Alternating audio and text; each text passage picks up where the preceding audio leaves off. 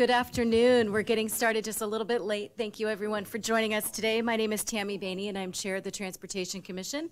And we are thrilled to be in Portland to have a listening session and to hear from you. So I have a few statements that I'd like to make and then we will get right into the presentation. We are going to be hearing today the recommendation from the congestion pricing on I-5 and I-205 that was brought to us by the Value Pricing Policy Advisory Committee, and we are here to learn about that and to also take your comments and feedback. So we will be taking comments until we are finished, and we have asked that individuals, so long as you have signed up before 7 o'clock this evening, we will be hearing from you. Hopefully we will be expedient, but we want to make sure that we hear from everyone as well. There is water in the back of the room for individuals to please just make yourselves at home. Refreshments available in the restaurant downstairs as well, because it could be lengthy. Restrooms are near the front as well, and then exits I need to mention are, well, as you came in, how's that? The purpose of tonight is to hear the report and the process so far that initiated in 2017.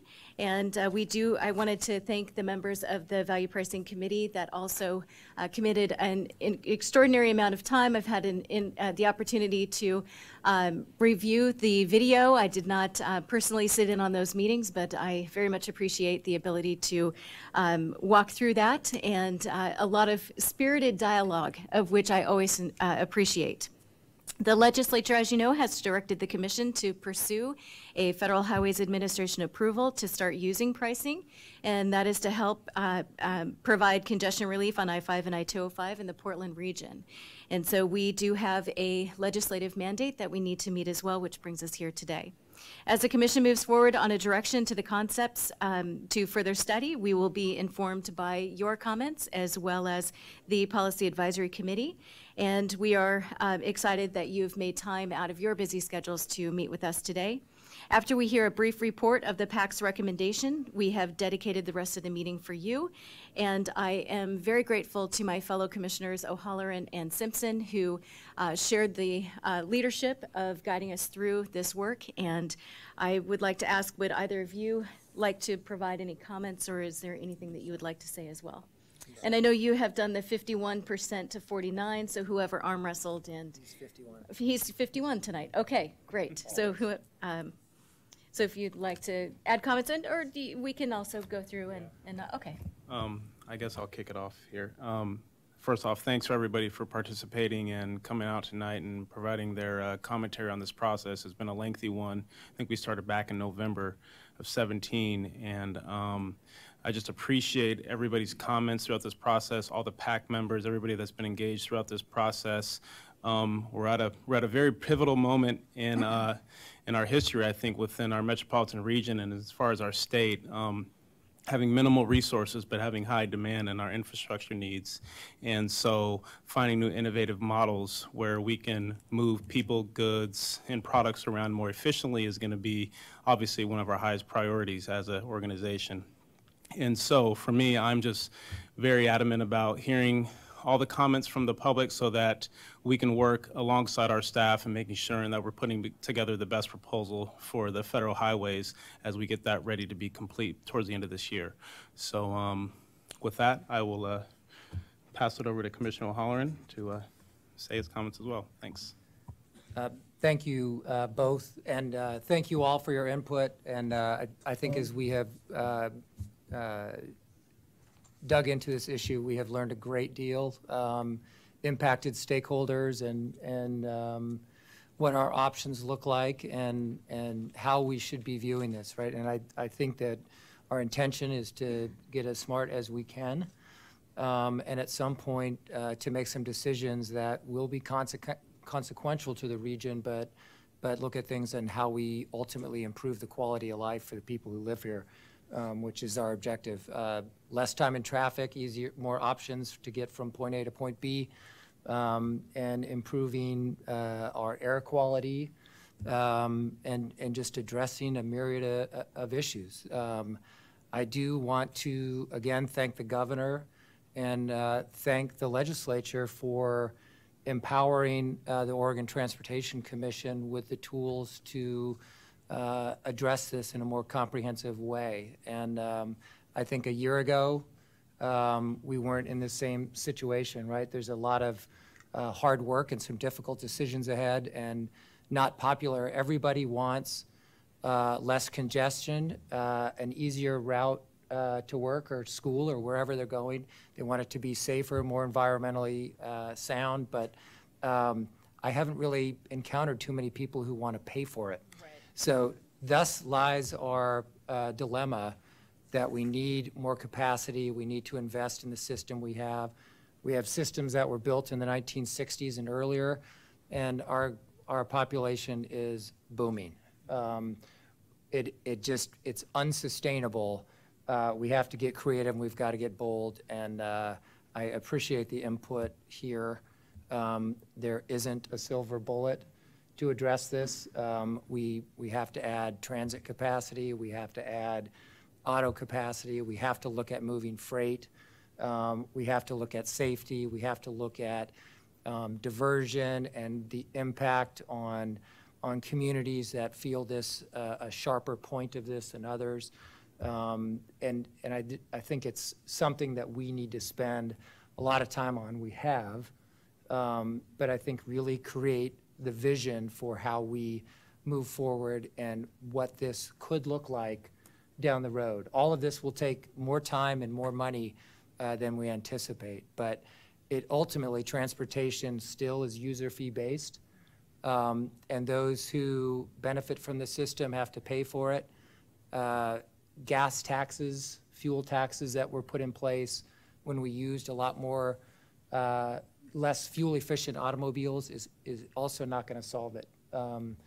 Again, the legislation 2017 gave us a lot more tools. It increased funding, but it's still not going to be enough. We're woefully behind here, and we've got to move forward. But anyway, I'll stop there and hold my comments and try to listen and learn from you. But thank you, Madam Chair, for doing this, and thank you all for being here and for putting your time and energy into this.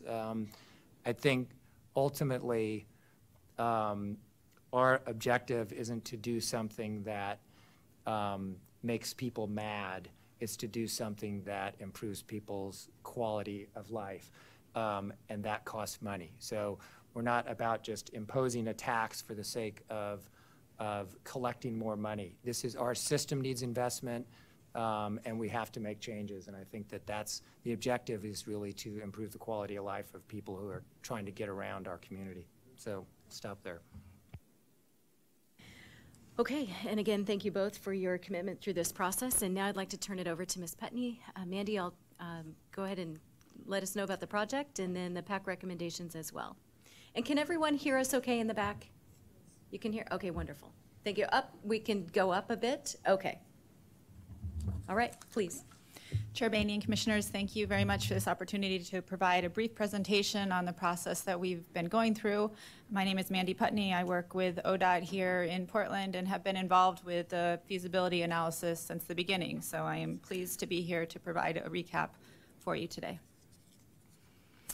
I'm going to do a little bit of background about the project, provide some detail about the feasibility analysis and the public engagement that we did as part of the process, speak specifically about the Policy Advisory Committee that was formed and their recommendation, and then touch on the immediate next steps as we move forward. I do want to point out quickly that this is our fourth presentation to the Transportation Commission since we started this process late last year. We did present for the first time in August of 2017, which is when we received direction from you to form a Policy Advisory Committee. We moved quickly forward with that process and then came back for updates in February and May. Are here today to report on the Policy Advisory Committee recommendation. And then look forward to hearing some direction from you next month. And then we'll be back again toward the end of the year to share our near final report as we get ready to submit it. We are here because we have a congestion problem, as many of you have just stated. We know that congestion affects people's lives and the ability to move goods to and from markets throughout Portland as well as throughout the state.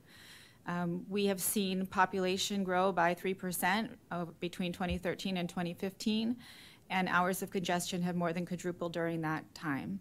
Vehicle hours of delay have become worse, and we're looking at almost a 23% increase in that 2-year period.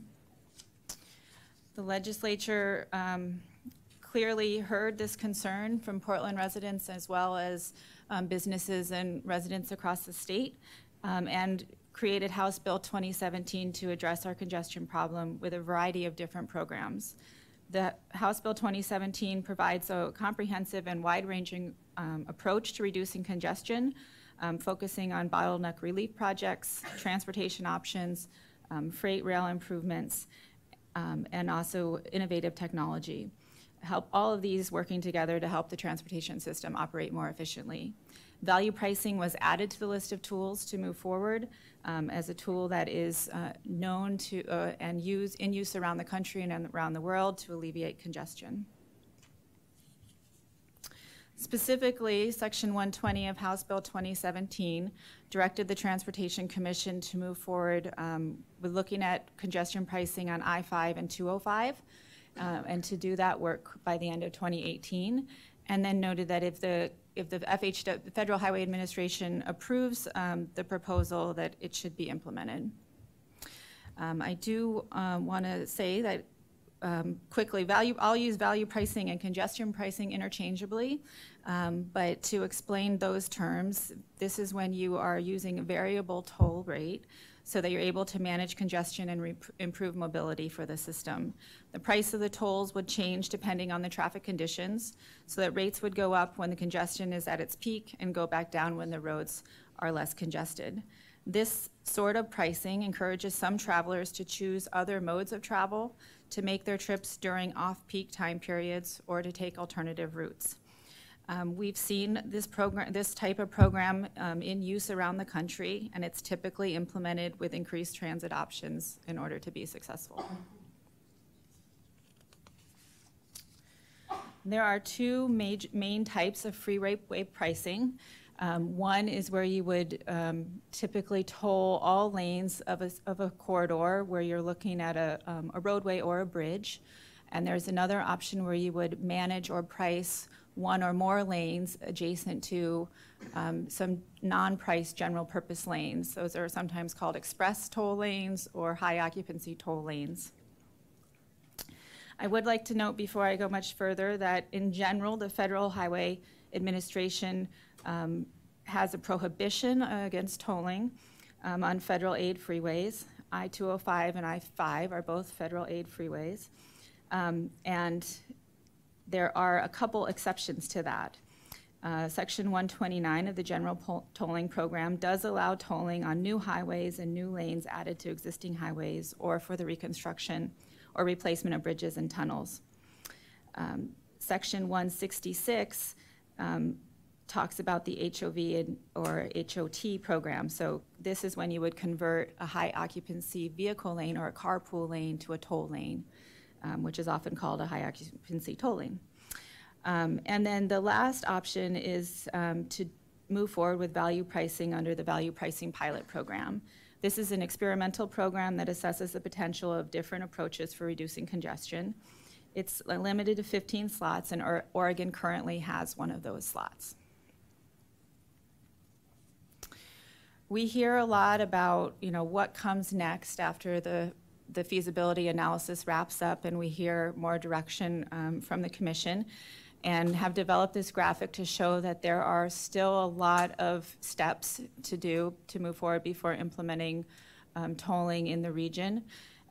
Most notably and more immediately, we would do more extensive analysis under the National Environmental Policy Act, or NEPA. That would be more detailed analysis to understand community and environmental benefits and impacts. We'd also do detailed traffic and revenue analysis as we move forward, also with setting up the back office and understanding the whole system. I'm now going to move into describing the feasibility analysis and the process that we went through. We started with 8 representative concepts, and those 8 concepts were based on the building blocks that I mentioned earlier of either priced lanes or priced roadways, where you're either pricing one or more lanes or pricing the entire corridor. As those were analyzed based on performance measures that was agreed to by the policy committee, we got a better understanding of how and where pricing might work in the Portland area. And that informed the selection of feasible segments of those corridor-long concepts to move forward for further analysis. 5 congestion pricing concepts were identified by the consultant team as those that most warrant further consideration. Those 5 are shown here, and I'll walk through each one of them individually. These 5 reflected their technical findings, input from the policy committee and the public, and the project team's experience with systems throughout the United States. The first one looked at converting the existing HOV lane on the northern section of I-5 to a priced lane, and then implementing a price lane in the southern direction in that same period. The next one looked at pricing the entire corridor, so all lanes in both directions on I-5 between Going Street or Alberta and Multnomah Boulevard in Portland. I should say on the one before, this one found that there would be kind of limited effectiveness here, especially on a system-wide level, that the HOV conversion would likely be streamlined. The other corresponding conversion of a general purpose lane would likely need to fall under the value pricing pilot program. For concept B, where we're looking at the entire corridor, this would likely need to be a candidate under the value pricing pilot program. You will be able to have a lower toll rate if you're tolling all of the lanes than if you were to toll just one of the lanes. And for this analysis, this concept, as with all the concepts, we assumed we were looking at 2027 as our analysis year, and we assumed that all of the projects in the 2027 Regional Transportation Plan would be completed by that time. So that includes the Rose Corridor project that's planned, as well as the Southwest Corridor light rail line. Concept C looked at pricing I-5 and I-205, again, all lanes in both directions. This one was seen to have the greatest benefit in terms of regional congestion reduction. And again, you'd see a lower toll rate because you'd be doing all of the lanes in each direction. Concept D looked at pricing the planned new lane on I-5, or sorry, on I-205, widening that section of 205 between 99E and Stafford Road, including the Abernathy Bridge. And concept E looked at pricing the bridge, the Abernathy Bridge. And first, this was tested as a way to raise revenue for that planned project. It was through conversation with the policy committee and others, there was also determination that this wouldn't have to only be a revenue raising option, but could be adjusted and potentially be a traffic mitigation conversation as well. As we were talking with the policy committee and the public about these concepts, we heard some common themes. First and foremost, we heard from the public agreement that congestion is a problem in their daily life and that it's getting worse, that it makes it hard for them to get places on time in a reliable manner. There was agreement that something should be done about it. And there were a lot of questions about pricing as a way to address the problem, questions about how it would work and whether it would work, general skepticism, given that value pricing and tolling in general is a pretty new concept for many Oregonians. And there were concerns expressed about who would be affected and who would benefit. Some of the specific concerns focused around low-income and environmental justice communities, whether there were programs or discounts or incentives that you could use so that those populations would not be disproportionately impacted. questions about multimodal investments and what sort of transit improvements might also be implemented. Questions about who would have to pay the toll and whether there'd be exemptions that were allowed for ambulances or buses or people based on geographic location. And then questions about traffic diversion and specifically diversion from the highway to the local system. Our outreach was extensive that we've done over the past months. We reached out regularly to residents and businesses in a 4-county region, did many different community presentations, held 8 in-person open houses, 2 online open houses, and 6 focus groups with equity populations, many of those in dual languages. We've connected with the public over 16,000 times, received over 6,000 comments, and this presentation was created about a week ago. It was finalized. I think we've had another 500 or so come in since then. Over 2,500 completed surveys. We had videos online and tools that made it very easy for people to engage if they couldn't come in person, that they could connect with us and send emails or phone messages. All of our comments that we've received to date are summarized and posted online along with the materials about the Policy Advisory Committee. The Policy Advisory Committee was also open to the public, and those meetings were actually streamed live so that people could watch in real time or go to the archive library if they couldn't make it in person. The Policy Advisory Committee was convened by the Transportation Commission as a way to bring multiple and diverse viewpoints to the same table. We had, as you said, spirited conversation and discussion. There were a broad range of views that were represented on the committee. And this committee was specifically asked to look at pricing as a way to manage congestion and to finance bottleneck relief projects. This was their charter, and this was approved by all members of the committee at their early meeting. Specifically in the charter were the questions that they were asked to answer during their time together. Where and what type of pricing concepts should be applied on I-5 and I-205, and what mitigation strategies should be pursued to reduce the impact of pricing on environmental justice communities or adjacent communities. You asked the committee to consider a variety of factors and allowed them the opportunity to add to the list if they saw fit. The one addition that the policy committee made was to add active transportation to the adequacy of transit service consideration. So they expanded that a little bit, and I think overall appreciated the wide range of factors to consider on the list. We had 6 meetings. We separated them kind of into an early learning phase and then a recommendation phase as they move forward to forming their recommendation.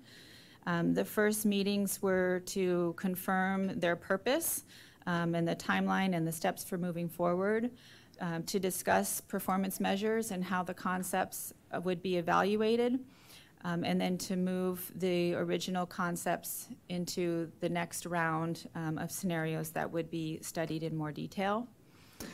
The 4th meeting was a unique format. We set it up as a workshop style so that we could really hear from all of the committee members as they talked about mitigation priorities and considered examples from around the country. And then we moved into understanding and learning about the final analysis, the more detailed analysis and discussion about the mitigations to answer the specific questions about location and type and mitigation. The recommendation document that you have in front of you, and that's available online for public review as well, has 5 main parts to it, and I'll walk through each one of those now. This report also includes some additional input from the PAC. So they met their charge in terms of thinking about mitigation strategies and recommended pricing concepts. And then there were some other issues that they wanted to bring forward for consideration as well. And so we'll all walk through those in more detail. At the beginning of the report, we have a background section and provided some context, a summary of the legislation that required this process, recommendation that the policy committee was created for a variety of input to be fed into the process. It wasn't a consensus process, although we did try to find points of agreement along the way, and I think that's reflected in the report. Minority opinions were welcome in the final document as well as throughout the process, and that a reminder that further planning, analysis, and mitigation development work will be necessary as we move forward. So this isn't the end of the public conversation, but the beginning. This is the first step in a much longer term process.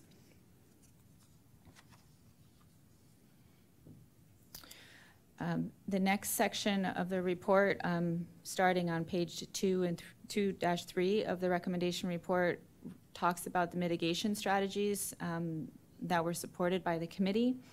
And I will say that the PAC members, we asked them as we were going through their final meeting if they would support, if they would accept, or if they were opposed to each of the recommendation elements. The PAC members in attendance all supported or accepted these mitigation strategies.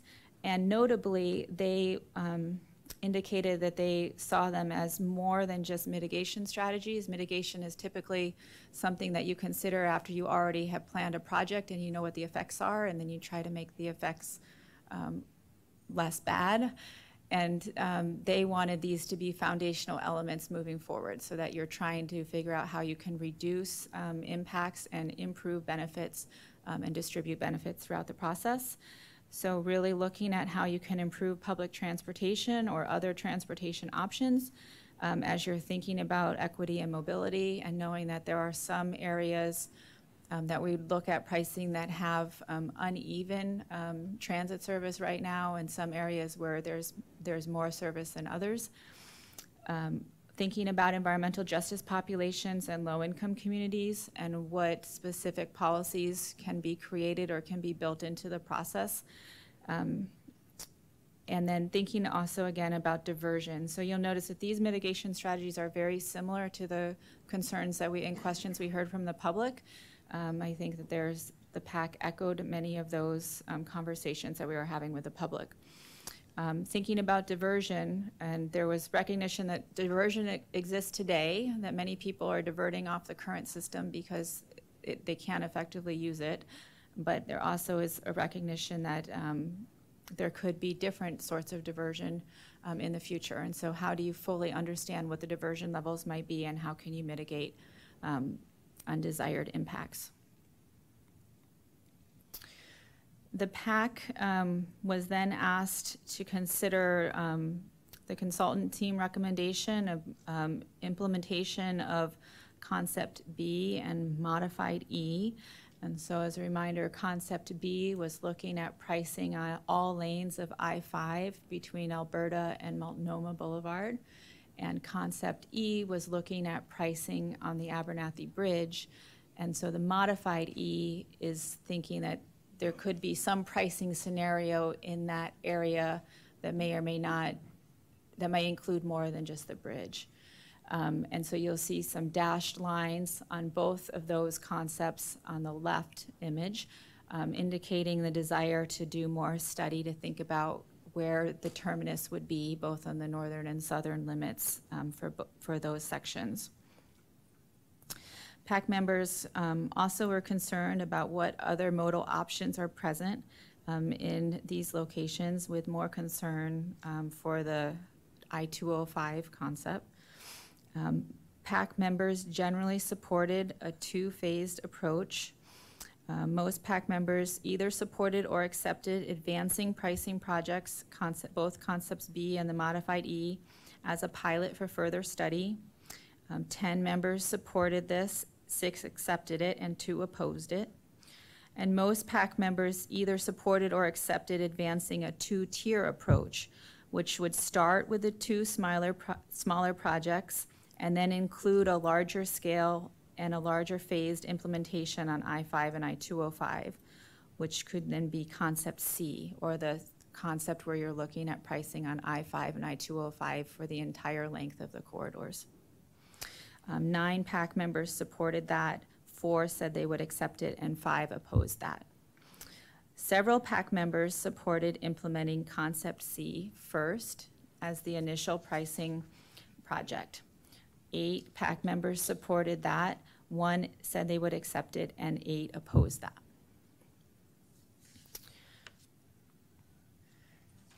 After having the conversation about the mitigation and the locations, the PAC turned to input on other topics that had percolated up throughout their conversation over their 6 meetings, and wanted to also they wanted to provide input to you on these other topics. The first one was about broader pricing analysis and planning on the regional freeway system, including other corridors not included in this feasibility analysis, so I-84, 405, 26, and 217. Most PAC members support or accepted further system-wide feasibility analysis with regional partners of potential pricing applications on the regional freeway system. 10 said they would support this, 6 said they would accept it, and 2 oppose this. As the region grows, there was conversation about planning for additional capacity, roadway and public transportation capacity in a pricing environment.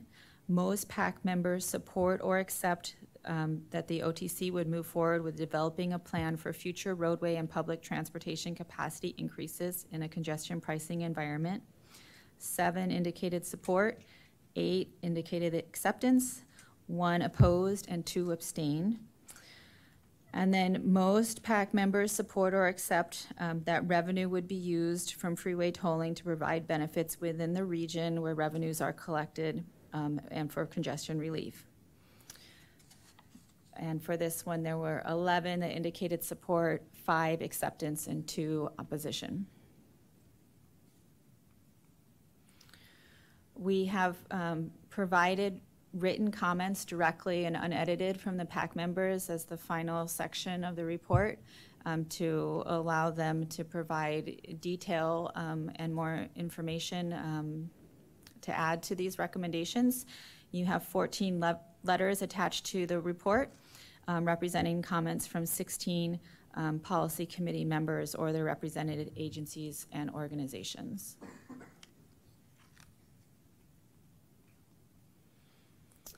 I talked at the beginning of the meeting about the longer term process as we move forward that looked years out. I'm going to wrap up now with a quick reminder of our immediate next steps. The OTC meet the regularly scheduled Transportation Commission meeting next month. We will be seeking direction on how to move forward developing our proposal to the Federal Highway Administration. We will spend the next few months writing up that proposal and summarizing the work that's been done to date. We'll bring that proposal back in November for review and hopefully approval. And then in December, we will meet our deadline of submitting that report and proposal to the Federal Highway Administration by the 31st.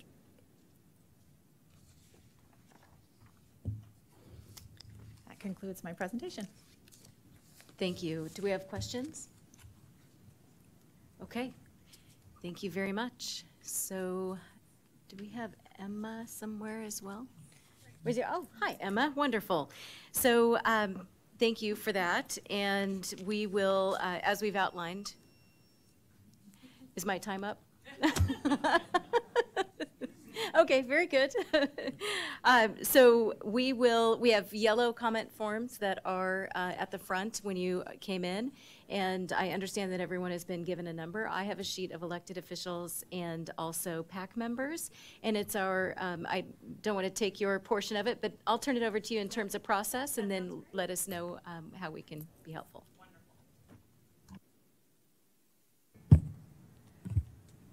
All right, thank you, Chair Bainey. I'm just going to explain a little bit about the process about how the public comment period will work. So as is our practice, elected officials may comment first. Elected officials will be called out by name and have up to 3 minutes to comment.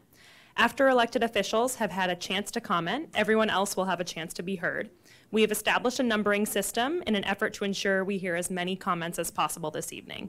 When you arrived, you were given a number. When you see your number displayed on the screen, please come up and have a seat at the empty table right here, and Courtney back there will help guide you. If you lost your number, please see a staff person in the foyer and they will retrieve it for you.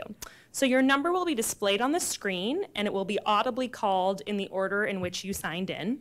Each person will have up to 3 minutes to provide comment to the OTC. And please listen carefully to this next process. This is how we're going to do on deck and commenting.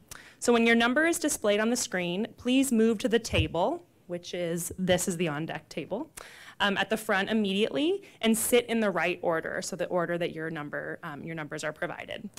Please provide any written comments that you've brought to Courtney as you get seated, and she will provide that to the commission. Numbers of the next 4 people to comment will be displayed on the screen at the front of the room. When your number is displayed, please move to the on-deck table at the front of the room to ensure a smooth transition between each group of 4. And if you are in the group after the on-deck group and you're just really eager to get up here, you can come and stand over here by this wall. That'll make it even smoother and make things move really fast. You must be present in the room when your number is displayed. So if you see we are getting close to your number, please stay nearby. When it is your turn to speak, please turn on the microphone by pushing the button here that says speak, and state your name and the city of your residence for the record. After your comment, please stay seated at the table until your entire group of 4 has completed commenting, and then those 4 people will depart together for the next group of 4 at the on-deck table to move over. Commissioners may ask clarifying questions, but will not be responding to comments today. To respect the time of those waiting to comment, please keep your comments to no more than 3 minutes. This time limit will be strictly enforced by Jackie, who's over there.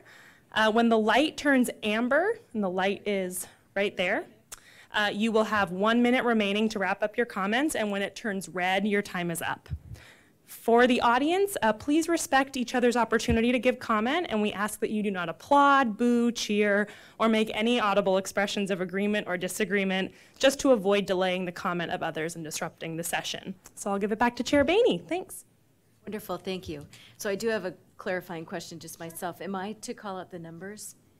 If so, it will be very, no? I think Jackie's going to handle it. Okay, I can't see the screen, so that'd be, okay. Thank you. Great. Okay, I want to start off by saying again, thank you so much for making time to be here. If you choose to testify in front of us today, that is wonderful. If you feel that you have additional comments that you want to provide, we do read those. I know that in public comment periods, it's difficult. Do they actually read the materials? We do, and it matters that we hear from you. So please know that that's also an option for you. So I will go forward, and first I'd like to call Commissioner Vega Peterson, if you'd like to join us. And then next I would like to have Councilor Perry and Representative Harris. Please. You're kicking us off, so you get to set the pace. Wonderful to see you, and thank you for joining us. So thank you. Can you hear me? Not yet? There, yes. Okay, wonderful. Thank you so much. And I certainly hope my comments are under 3 minutes. So Chair Bainey and Commissioners. Before you start, can you just make sure you state your name for the record? I absolutely will do that. So good afternoon. My name is Jessica Vega Peterson. I am the Multnomah County Commissioner for District 3, which represents much of Southeast and East Portland. As a member of the Oregon Department of Transportation Value Pricing Policy Advisory Committee, I appreciate the time, attention, and thoroughness of the process undertaken to examine value pricing in the metro region. I also deeply appreciate the Oregon Transportation Commission's and the state legislature's commitment to exploring this innovative tool to manage congestion and improve safety, reliability, and accessibility issues of our road system, as well as public health and climate change concerns. After participating in the PAC meetings, talking with members of the community, and examining successful value pricing systems in other regions, I believe that our system must be grounded in the following principles. First, the primary goal of any pricing program must be to manage demand and not raise revenue. We are all feeling the impact of increased congestion in our region. That stress exerts a cost that we all feel when we're late to a meeting or to pick up kids or struggling to deliver goods to market on time. Reliability in the overall system matters, and that's the goal we're trying to achieve. Based on that overall objective, I believe scenarios B and modified E and eventually C are the most demand management based and thus the most likely deliver equitable and significant results to the region and minimize diversion on arterials. Long term, I believe our region needs to explore congestion pricing in other corridors as well, such as the Sunset Highway, Highway 217, and I-84. Second, we must improve transit before implementation. The most successful congestion pricing strategies marry transit improvements with value pricing to provide an enhanced, affordable, and reliable alternative to being tolled. These improvements help mitigate the impact on low-income communities in particular and provide choice in moving more people through the system with greater efficiency. This objective must be made explicit in the value pricing program's framework and value statement. The value pricing conversation must be done in lockstep with improvements in the transit system. This cannot wait until the end of ODOT's process. Thirdly, we must address safety and diversion on arterials. Value pricing will result in diversion to arterials and local streets, meaning additional traffic, safety concerns, and quality of life impacts. The funding generated from value pricing should be used on these local streets and arterials to help address these concerns. And fourth, we must focus on equity. While the principles I just mentioned will help provide transportation alternatives and keep funding in communities most impacted by the imposition of congestion pricing, we must ensure that the concerns of low-income communities and communities of color are fully addressed and that they continue to be provided with an opportunity to determine what's best for their communities.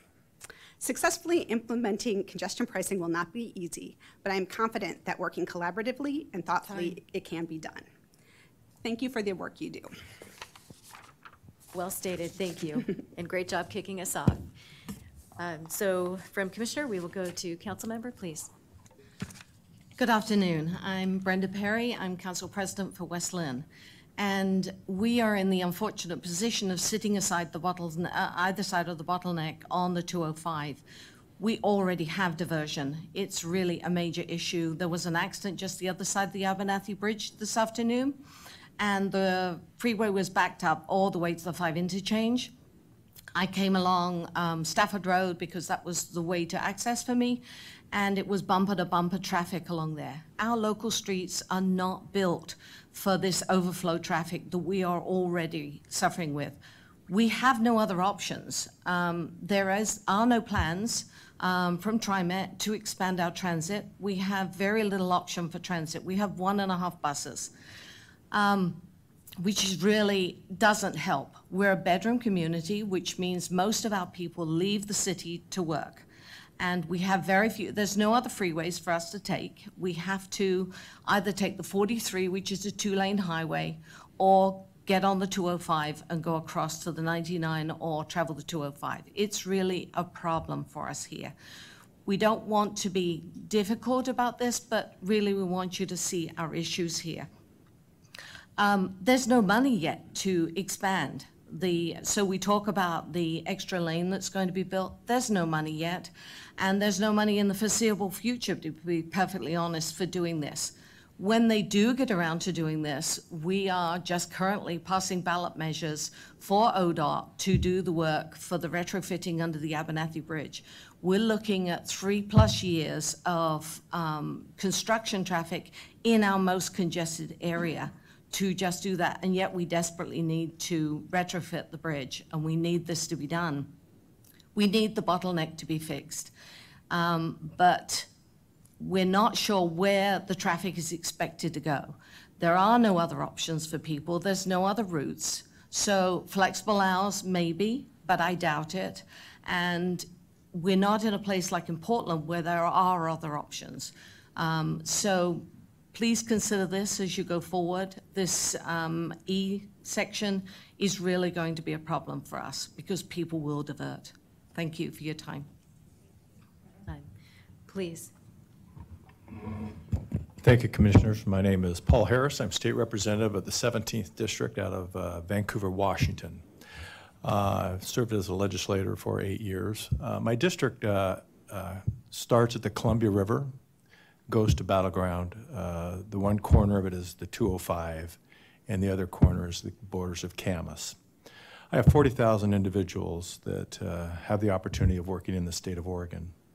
And I mean that sincerely. They come here and they work, and they go home. Like was just said before, my people don't have a lot of options. They have two freeways. They can take the 205 or the I-5. I was one of those people for 15 years of my life. I was vice president of Miller Paint Company, came and worked down on Grand Avenue for 15 years of my life. I know what diversion looks like, and I know what will happen if this is implemented. I feel a little odd. As a state legislator, I've always advocated, I've been one that has not wanted to tax Oregon residents that come into Washington.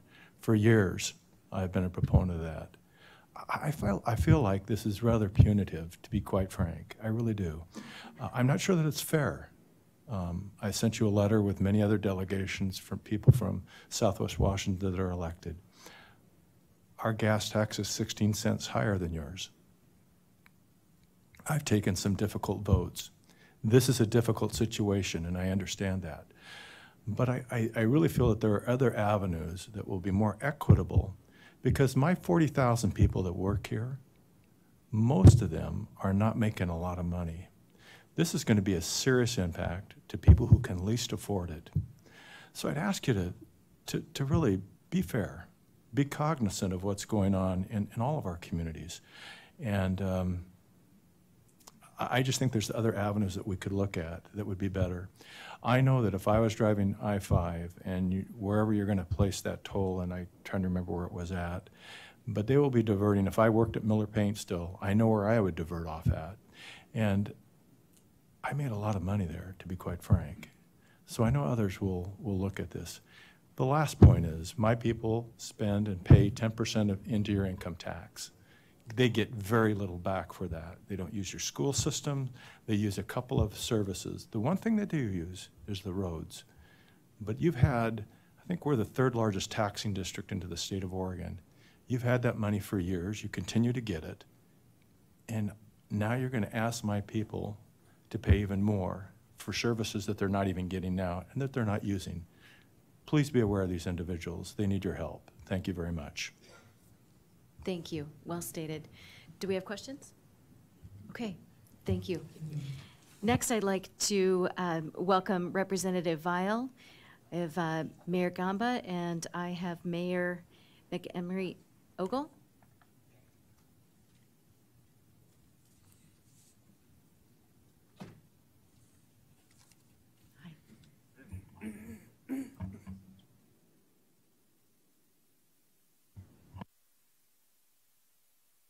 Representative, would you,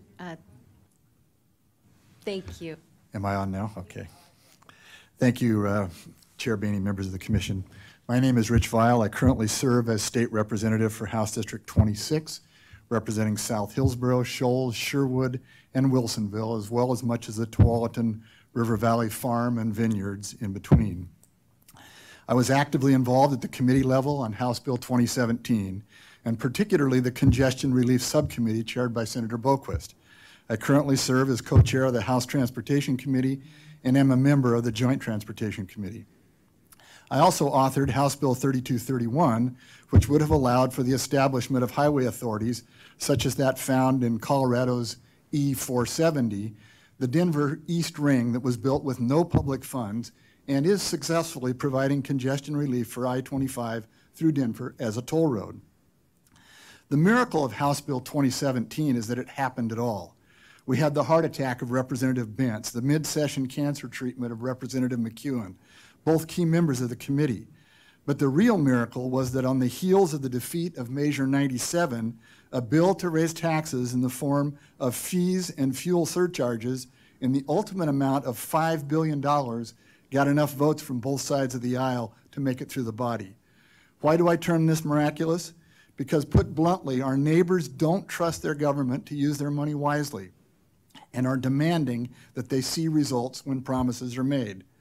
Therefore, when I hear that the perception, at least, is that we are determined to toll our freeways without adding capacity, I cringe at the likely backlash that will inevitably result. A reaction that will only deepen the skepticism and mistrust held by a fatigued citizenry. The number one concern I hear as a state lawmaker is congestion. Every day I talk with someone who's demanding more roads, whether it's a commuter trying to get to work, a farmer trying to deliver produce, a service provider trying to get to their customer, or a manufacturer trying to get the raw goods in and the finished goods out. They all rely on our roads. It's being argued that value pricing will relieve congestion in two ways. The first is by encouraging people to change their timing on their trips. The second is to reroute folks. You've already heard that is not going to work. Our rural routes are already complaining that the road capacities have been reached and breached, and while there are trips that can be rescheduled, many cannot. Capacity is our only real solution to the problems that we face. I understand and appreciate the work that's gone into the recommendations that have come from the work that the ODOT group has produced. The I-205 and Portland Core I-5 portions of our system are good places to start with a tolling experiment. But let's not go down this road until we are clear that money generated from tolls will be used to add capacity. If we begin tolling without showing additional lanes, we run the risk of setting back Oregon's ability to finance its road system for another 30 to 50 years. Thank you.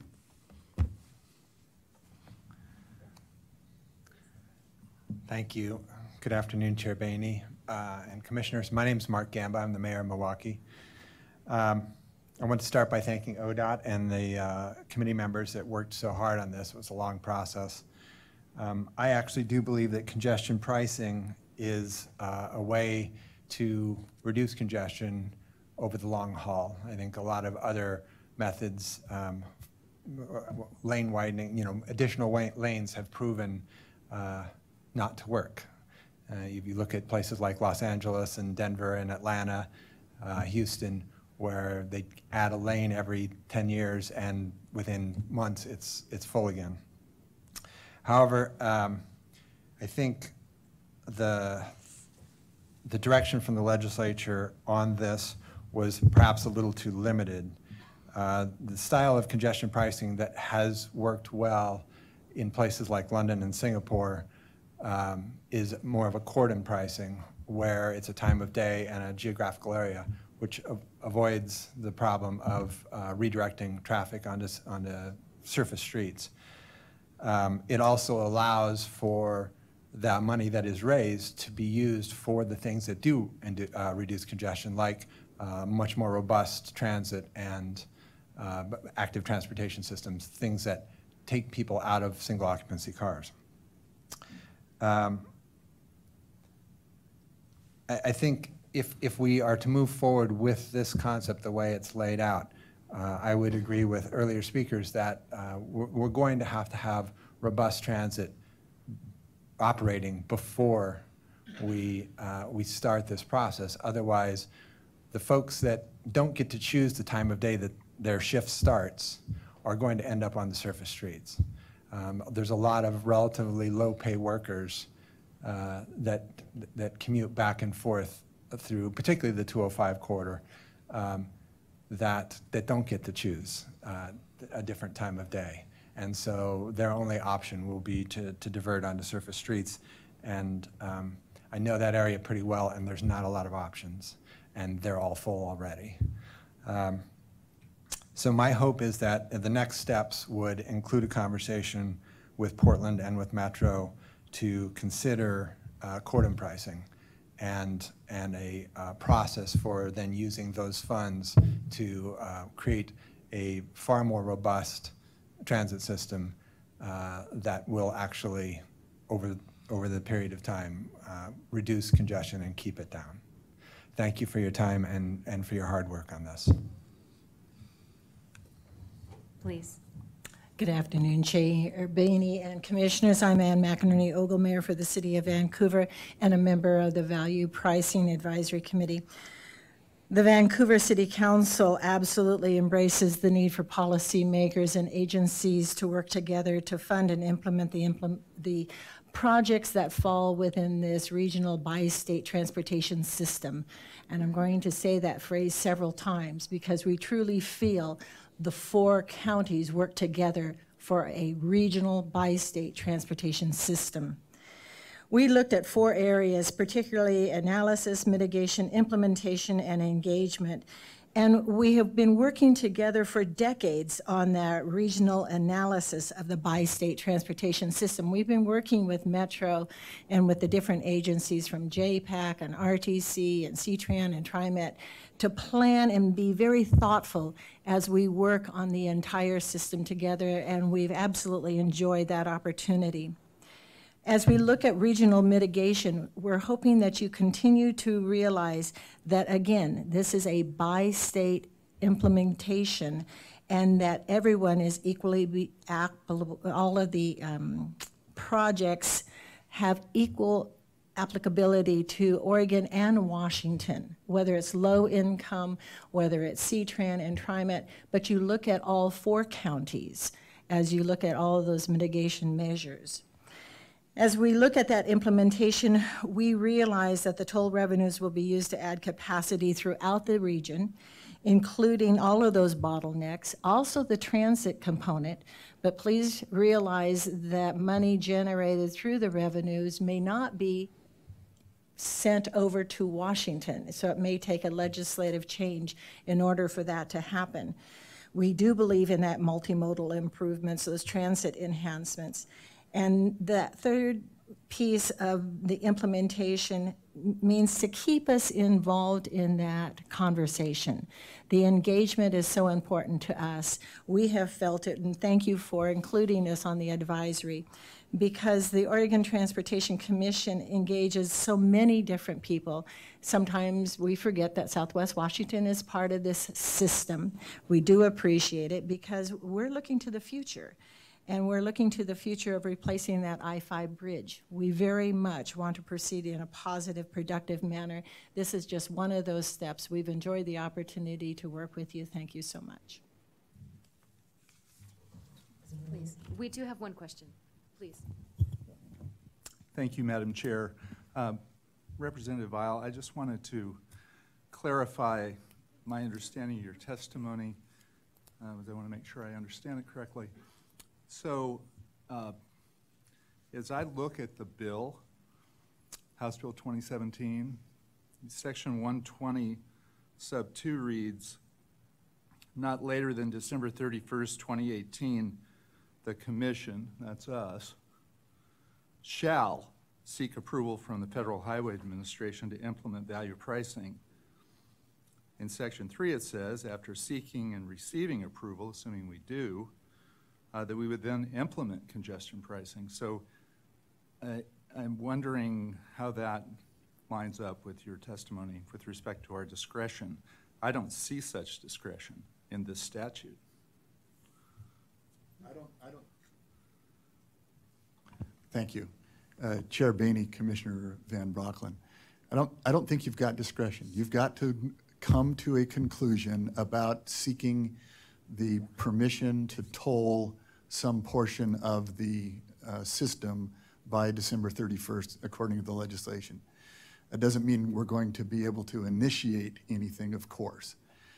But understand my testimony to be that in so doing, if we don't couple that with added capacity, I don't think we've recognized the intent of the legislation. If we were to simply impose a congestion pricing scenario that did not add a lane, for example, on the 205 at the Abernathy Bridge and running to the west, I think we would be violating the spirit of that. And frankly, when I hear from the folks from Vancouver and they say, what are we getting for this? That's precisely the kind of thing that I think we have to show them. You're getting another lane. You're getting more capacity. Thank you. Thank you very much. That's very helpful. Thank you. Okay, thank you very much. Wonderful to see you. Next, I would like to call Representative Wiley, Mayor Onslow, and Representative Kraft.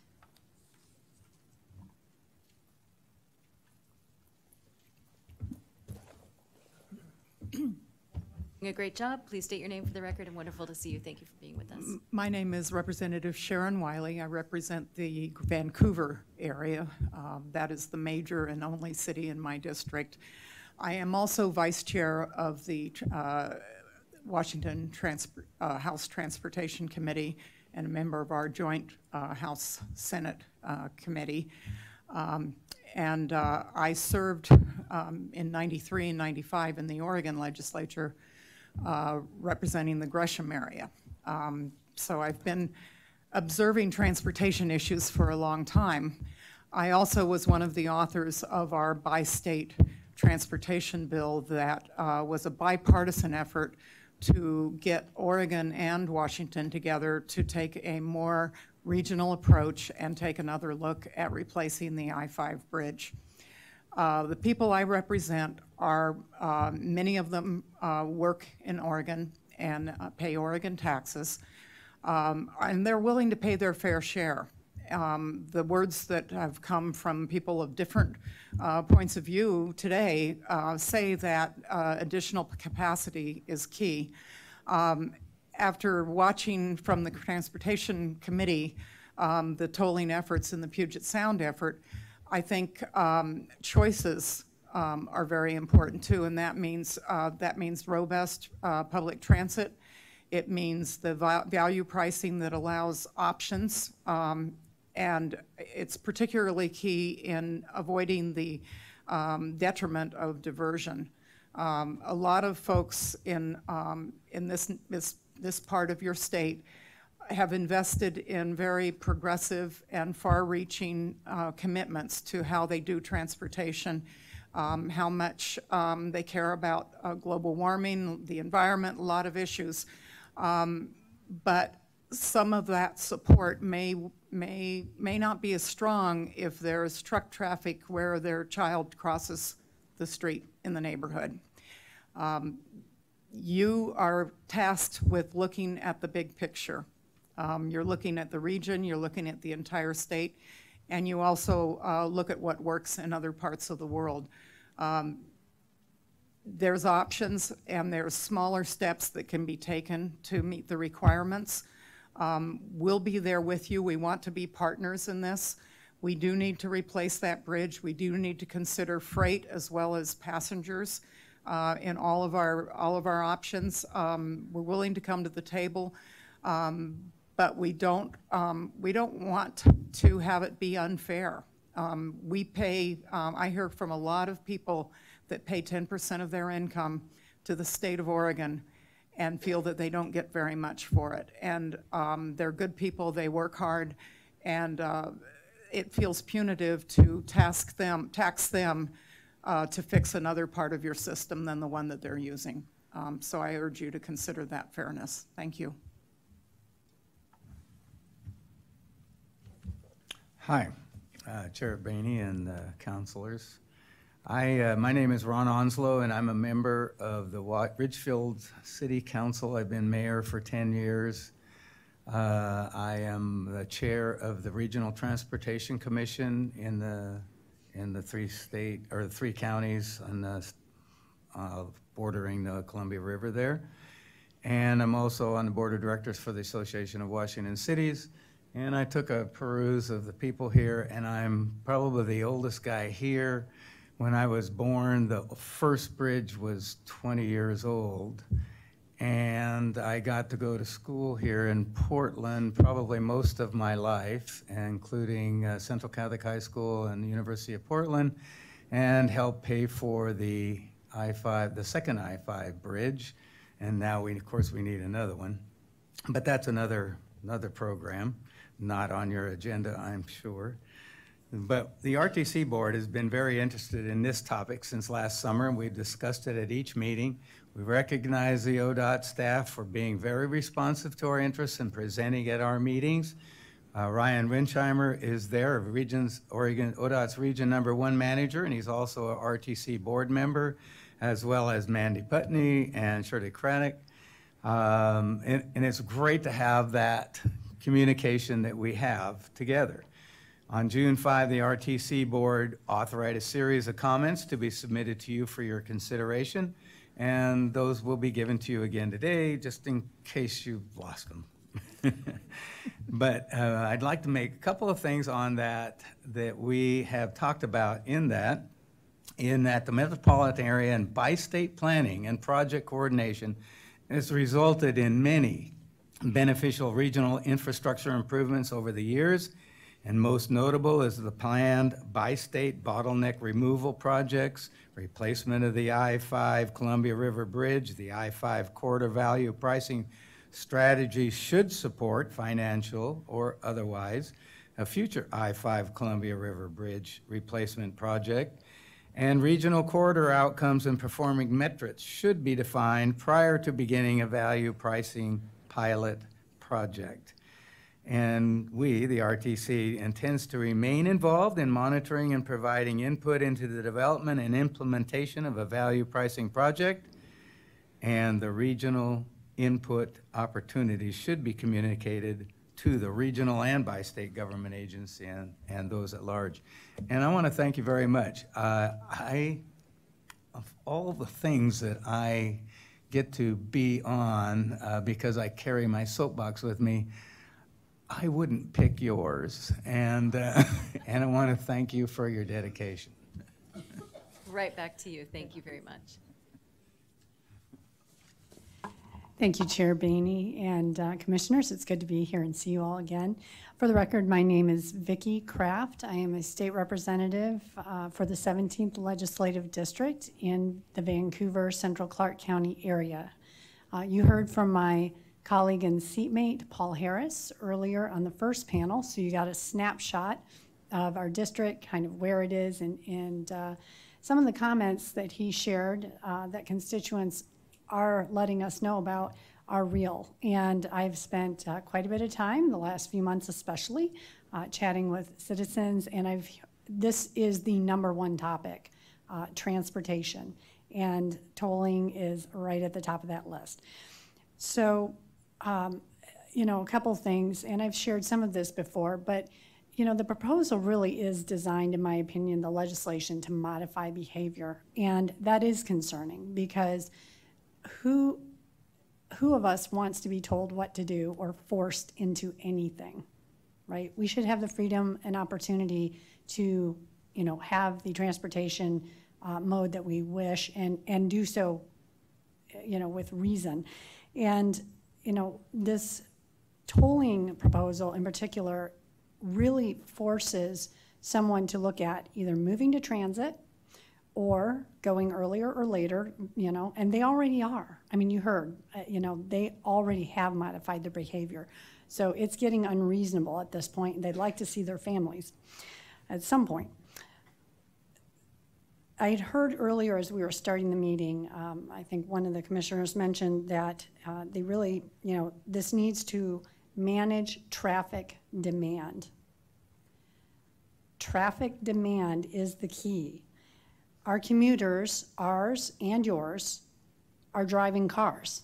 That is their demand. They are doing that. Otherwise, they would already be taking transit. TriMet would be filled to the gills, and, you know, C-Tran would too. That isn't the case. So I absolutely believe it is critical that this solution really does address additional infrastructure capacity, certainly for our commuters, but also for freight, which benefits both our ports. Very key. The user fee, you heard it earlier. Our Southwest Washington citizens are already paying one. It's called income tax. I also have worked in Portland. I have paid that tax. So the bottom line is, please remember that. This is an additional tax for our citizens, so please be mindful. Quickly, I want to say thank you to the Pricing Advisory Committee, the Value Pricing Committee, for the good faith step of removing those tolls over the river.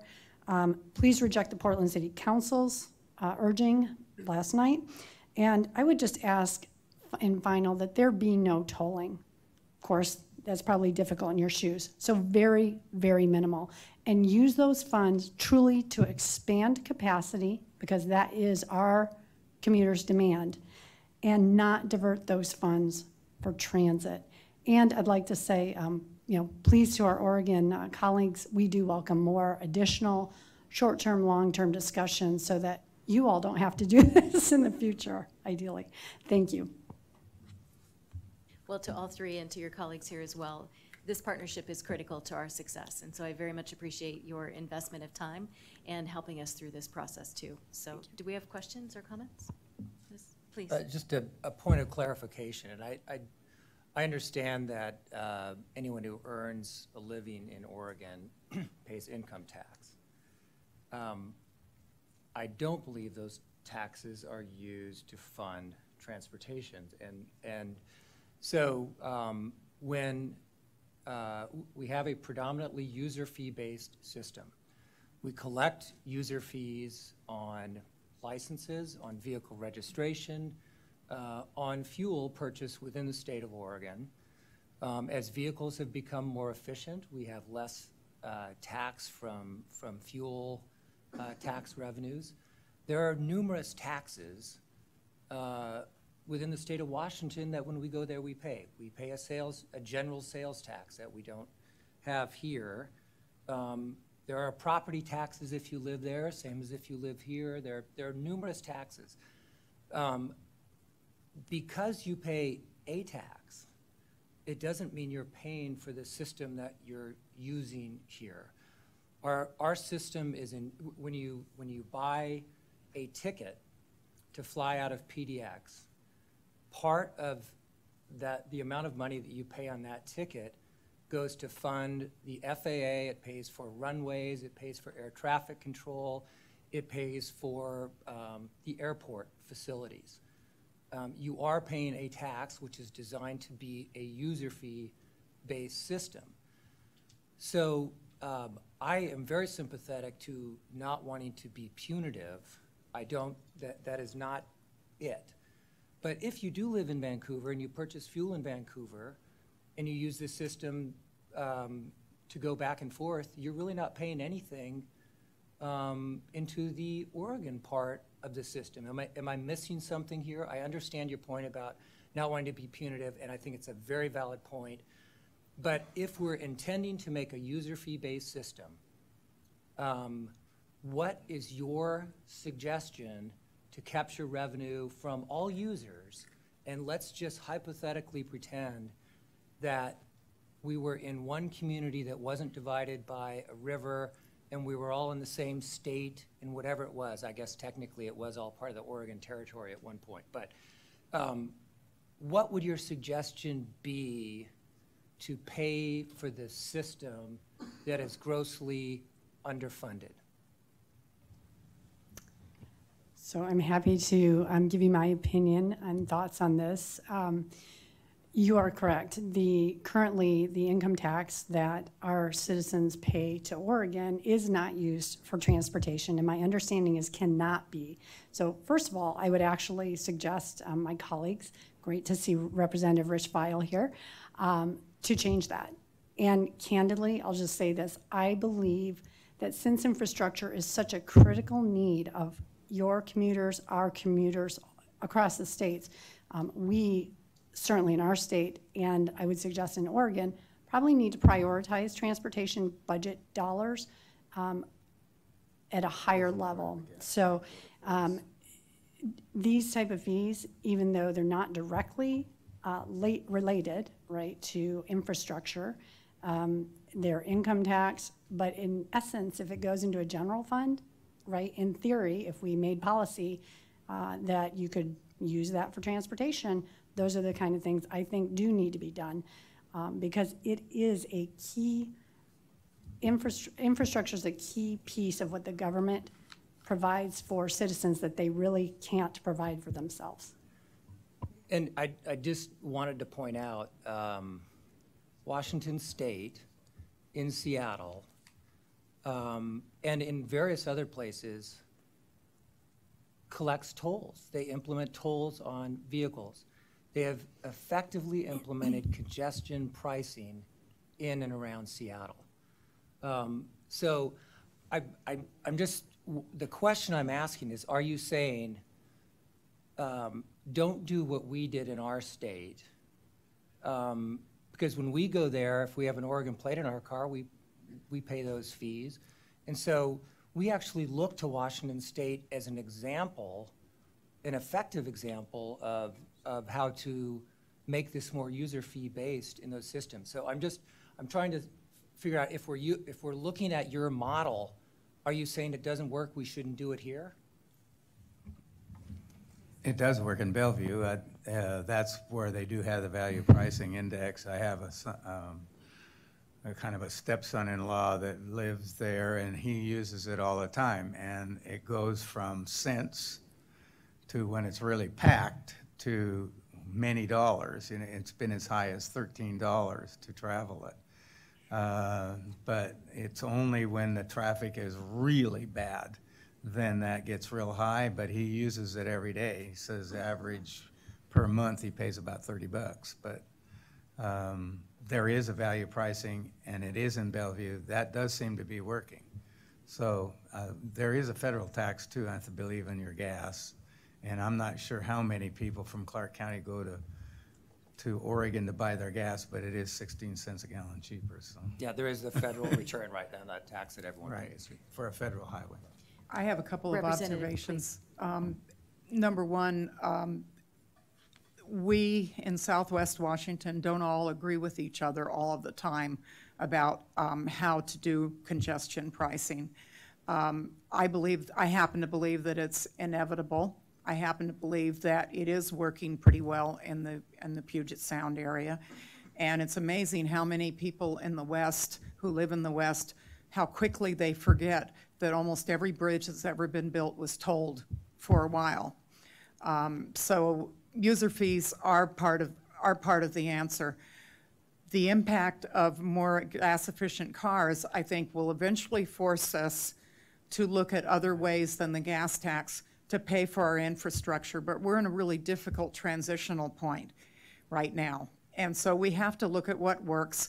We have to do all the little pieces at the same time so that we don't fail. The tolling systems don't always work as well as they should. Sometimes they have to be changed. It's complicated. You don't want to do it all at once. And you have to give people something they don't already have in order for them to accept it.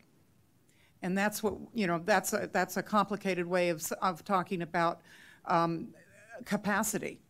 And that capacity can be transit, it can be a whole lot of other things, but you have to look at that, and you have to give people some options so that if they can't afford to pay it, whether it's a income tax deduction or, all of that is important to think about because otherwise it's not going to be fair, it's going to hurt productivity, and it's not going to do the job. I think a lot of the people I represent would be willing to pay tolls if it helped their commute, and possibly it was a deduction on their Oregon income tax, it can be a pretty heavy bite. Thank you. Okay, Commissioner Simpson. I just wanted to compliment everybody on their comments that were made, and second Commissioner Holloran and a lot of the points that he raised. But one of the things that Representative Kraft had identified early in her testimony was that government shouldn't be forcing people into corners or forcing them into situations where they have to make decisions that are imposed by governments. And I think the point of the congestion pricing model is it provides the option where you can continue doing what exists today, or you can pay to actually have an improved travel experience in that corridor. So I agree with your points, and I think the whole premise of this process is to get to a viable place where we can have a comprehensive solution and options for folks that are trying to make that commute. More importantly, our neighbors up north of Washington and your guys' representatives. So. And to clarify, departments of transportation do attempt to modify behavior, stop, go, turn right, turn left, merge. I mean, there's, literally, there are all kinds of things that direct traffic that are intended to change behavior. So I realize what we're trying to do is put a lot more people on the same piece of infrastructure. And I think to Representative Vile's point, and I think the points that you've made, we need to add capacity, whether it's putting more people in the same amount of cars, whether it's building new roads and transportation, transit and rail and all of these things. And yes, building a new bridge. We'd like to come back to that one at some point too. But, and again, I think that our intent was to go forward to that. So I think there is a point when we'll be having bridge discussions, and maybe it's when it falls into the river. But I'm hoping we can come back to it before that. But I hope so too. Can I make one final comment just to, yeah. Understood. I definitely appreciate the extra time, and I appreciate the questions and the comments. First of all, just for the record, I will certainly say my colleague, Representative Wiley, is vice chair on transportation, so I respect her role there. But I would say, I would argue that the Puget Sound tolling is as effective or desired, maybe, as you know, some might think. And the other thing I just want to mention on the options piece, you know, I have had folks mention to me that, you know, this will create options. The thing is, there are already options today with transit, et cetera, but our commuters are demanding car infrastructure. And that's the piece, I guess, that I want to just come back to as we talk about capacity and the need for expanding capacity. Because if our commuters were today looking at other options, we probably wouldn't have, you know, this issue necessarily, but what they are what they're demanding is capacity to drive. So that's the piece. I just want to just say again, thank you all. This is not easy, and it's easier for us to sit on this side and share. But thank you very much. I appreciate the time. Thank you all very much. You know, if these issues were simple to solve, it would be resolved already. So it's through this sort of spirited dialogue that I think we will get to good solutions. Thank you very much for your time. Commissioner Savas, I'd like to call you next. I have from the City of Portland, Matt Grum, and I have Chris Hagerbaumer also. And then I have Janet Jarvis last on my list, and then we will get into the numbers. And I will just say thank you to everyone's patience. And Commissioner, I'll turn it over to you when you're ready. Thank you, Chair Boehne. I have a handout of a letter we just issued, the county just issued on July 10th, just a couple of days ago. So I'll read that as well, but I'd just like to leave a copy up here in case you didn't Wonderful. get it yet. And actually, if anyone has handouts, where would you like them, Jackie? Just walk them over to Jackie when you get done, and that'll be great. Okay, so perfect. Please, the floor is yours. Okay. I've already given that to the commission. Okay. Oh, that same letter? Okay, excellent. Chair Boehne and Commissioners, my name is Paul Savas. I'm a Clackamas County Commissioner. I sit on the Value Pricing Committee. I'll sit on the R1 Act, sit on the JPAC Committee. So in those capacities alone, my responsibility, I believe, on the regional committees is to be cognizant of what those other regions are, including Hood River County and on the R1 Act, and Clark County on JPAC. So I think it's incumbent upon us when we sit at regional tables to understand what those situations are, and you as commissioners are representing the entire state. So I recognize that. I just wanted to point that out. Thank you for providing Clackamas County an opportunity to participate in the value pricing discussion. At the June 25th meeting, we spent a good deal of our time reframing questions around potential value pricing concepts. Though each question received a majority of the votes, many of those were in conflict with one another. The PAC members received the draft summary late in the afternoon on June 27th, which left little time to respond as thoroughly as I would have preferred. It was not until last Thursday, July 5th, that I knew how the staff interpreted the PAC recommendation to you, the Oregon Transportation Commission. Hence, I'm here today to distribute that copy of my letter, and included in today's packet were my comments, a detailed report, about a few pages that I submitted on June 29th. So I'll read the letter from Clackamas County. Chair Boehne, members of the Commission, on behalf of Clackamas County, we are pleased to offer you our position on the recommendations of the Portland Metro Value Pricing Feasibility Analysis. representing communities and residents that are directly impacted by one of the state's most congested freeway segments. We have closely followed the development of the value pricing study stemming from HB 2017. The interstate system in the Portland region has locations in which congestion due to lack of capacity is so severe that it is impacting our quality of life, air quality, and economic competitiveness. Most notably, those areas include the I-5 Rose Quarter and the two-lane segment of I-205 between Stafford Road and Oregon 99E. Both segments contain significant bottlenecks that are of statewide significance. It is therefore no surprise that the Value Pricing Policy Advisory Committee recommended further study of tolling in both these sections. The Board of County Commissioners urges the OTC to be mindful of some fundamental challenges that are unique to our local Clackamas County community. Safety concerns caused by diversion. Currently, there are thousands of trips every day that are being diverted off of I-5 and 205 onto rural county roads. These diverted trips onto the county road system are impacting the livability of our communities and the safety of our residents and the traveling public, resulting in more crashes on the county system. Second, the lack of parallel systems and routes.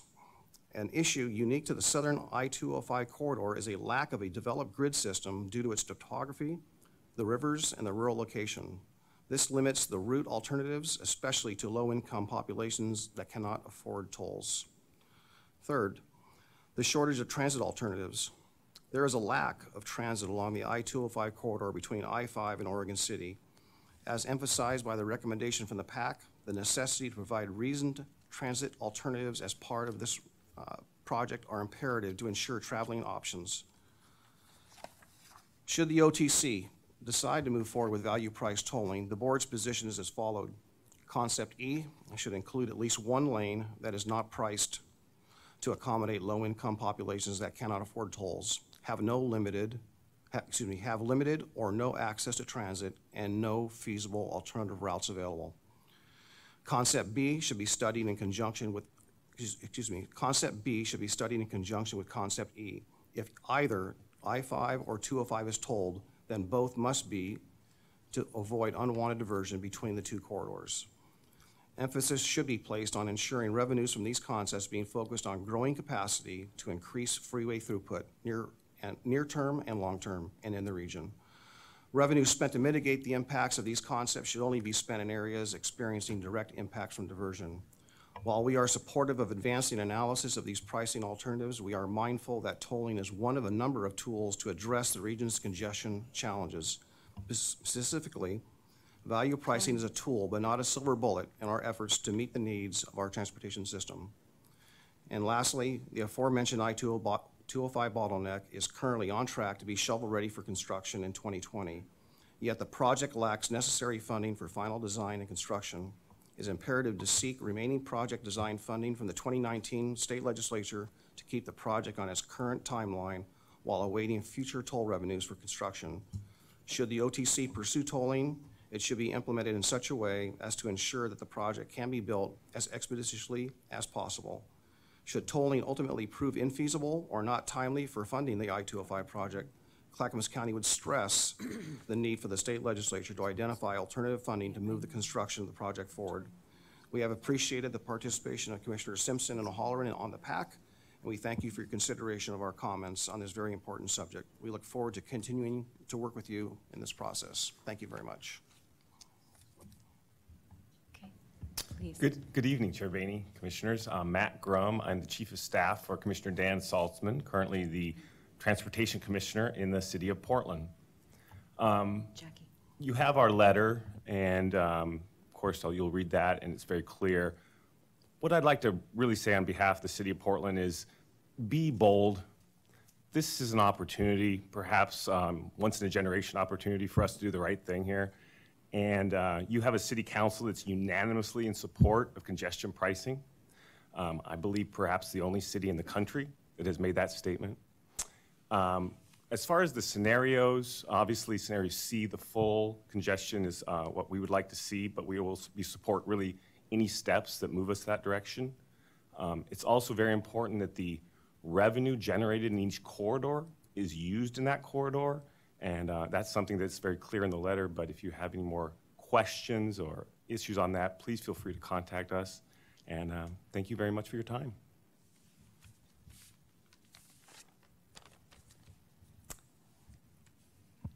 Thank you, Chair Boehne and members of the Commission. My name is Chris Hagerbaumer. I am the Deputy Director at Oregon Environmental Council. I did serve on the Value Pricing Policy Advisory Committee. I want to really thank Commissioner Simpson and Commissioner O'Halloran for your co-chairing that process. Thank you so much.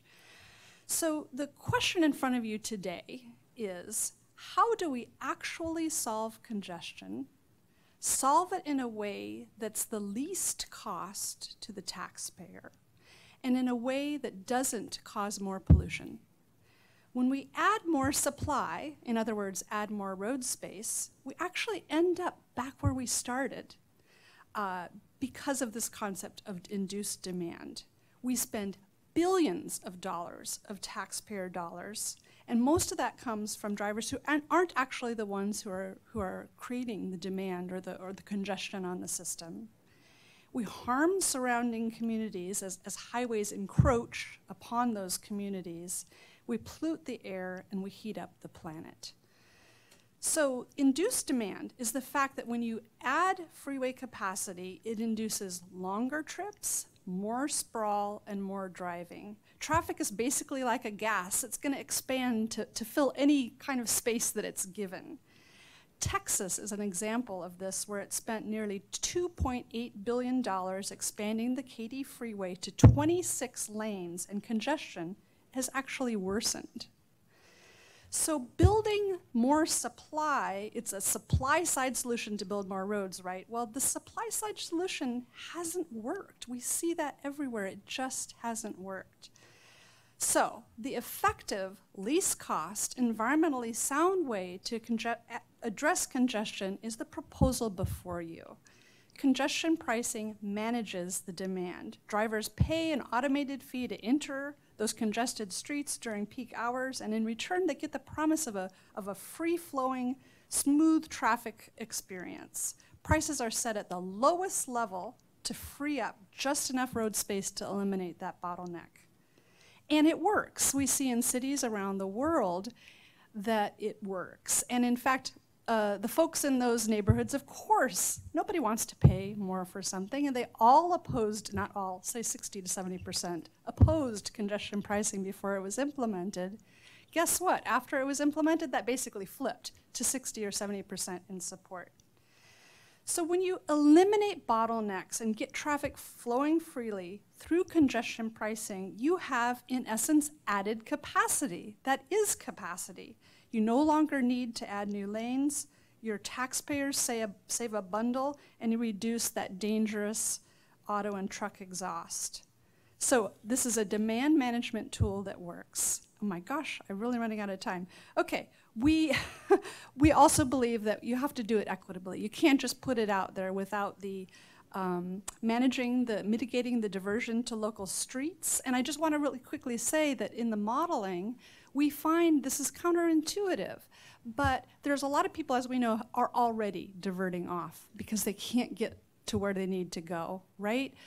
What we find is when you give them that value of congestion pricing, many of them move back on. Some people move back, some people move on, but it's not true that there's going to be a huge amount of diversion. However, we do have to deal with that's there. But we absolutely have to increase transit service and other travel options in the corridor. We have to figure out how it works for low-income people who can't avoid paying the toll. That could be offering discounts or even complete passage to get through. So we think of highways as free, we think of driving as freedom, but by investing over the entire 20th century and into the 21st century, almost totally in cars, we actually have forced people to own cars. So for our health, our well-being, our region's economic prosperity, we have to get a grasp on this, and congestion pricing is the way to do this. We hope you embrace the opportunity. Sturvis. Thank you, Commissioner Boehne, members of the Commission. I appreciate the time to speak here today, and also want to reiterate that I was a member of the Value Pricing PAC, enjoyed the experience, and I appreciate Commissioner O'Halloran and Simpson for guiding us through that process, which was very enlightening. I think it's important to be on the record. Can you state your name for the record? Did I forget that Yeah. part? I apologize. Jana Jarvis, President and CEO of the Oregon Trucking Association. I think it's important for trucking to speak on this issue because we are a huge part of Oregon's road network. We are about 14% of the traffic that you see, interestingly enough, but we pay about 35 to 36% of the bill. So we're a huge participant financially in the road network here. And I think it's also important to talk about how much trucking impacts the movement of goods and freight.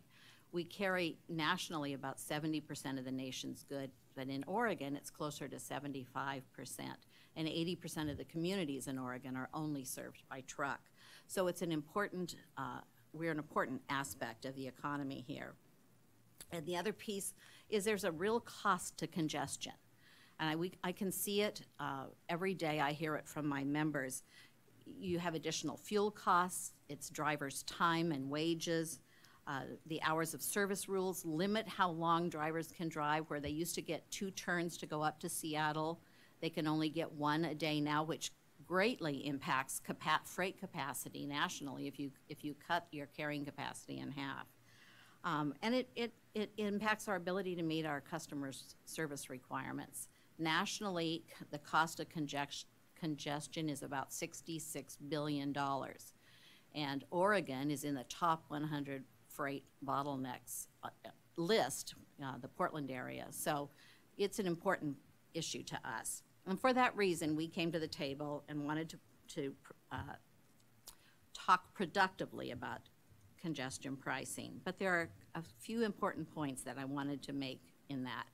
And that is, if we're going to talk about pricing roadways in Oregon, we need to also think about adding capacity. We've heard a lot of discussion here today. Some think we should, some think we shouldn't. The simple fact of the matter is our population today isn't what it was 10, 15 years ago, and it isn't what it's going to be in the next 10 or 15 years. So there is going to be more demand. We also need to have a policy that includes freight. There was some talk about tolled lanes. Most tolled lanes exclude freight. And if you do that, then we're right back to having the cost of congestion that we are experiencing today. And the other point I'd want to make is that those dollars need to go to the Highway Trust Fund. Many states fund their roads through a variety of revenue sources. In Oregon, the Highway Trust Fund is the only source of revenue, and we need to make sure that we protect that. So as a result of that, we came out and supported the recommendations that you're seeing before you today, largely because we were concerned if there was diversion from one freeway network to another. And we were also hesitant to support tolling the entire capacity of the region until we see how well this works for us. So I just want to thank you again for the opportunity. I have had a firsthand experience with the cost of congestion today because I had to go to Salem for an autonomous vehicle work group meeting that took me, what should have taken me 45 minutes, took me an hour and 45 minutes. And then I had to move from there to come back up here today, which was significantly longer. So we need to do something. Thank you very much for your time. Do you have any questions or comments? Please. I had a quick comment or question for Jana, and as it relates to this conversation around capacity. There's been a lot of conversation today around the impacts on low-income populations and environmental justice communities. And I was just curious, as one very important element to those populations, which is food, I wonder what the impact has been on the cost of produce as they rely on freight movement and the efficiency of the freight movement into getting fresh produce into grocery stores and whatnot. Has there been a cost study or anything that's articulated the impact of food costs for communities? Are you aware of?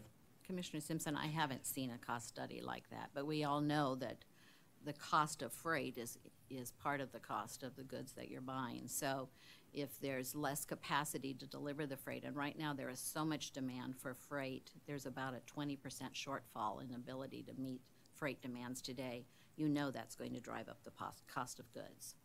But I haven't seen a specific study.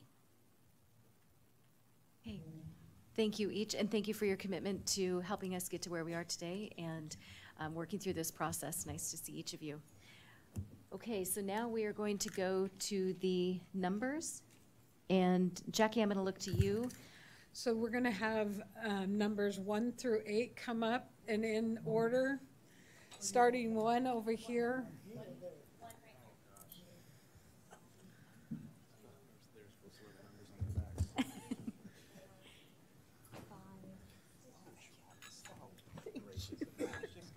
I asked for water and then.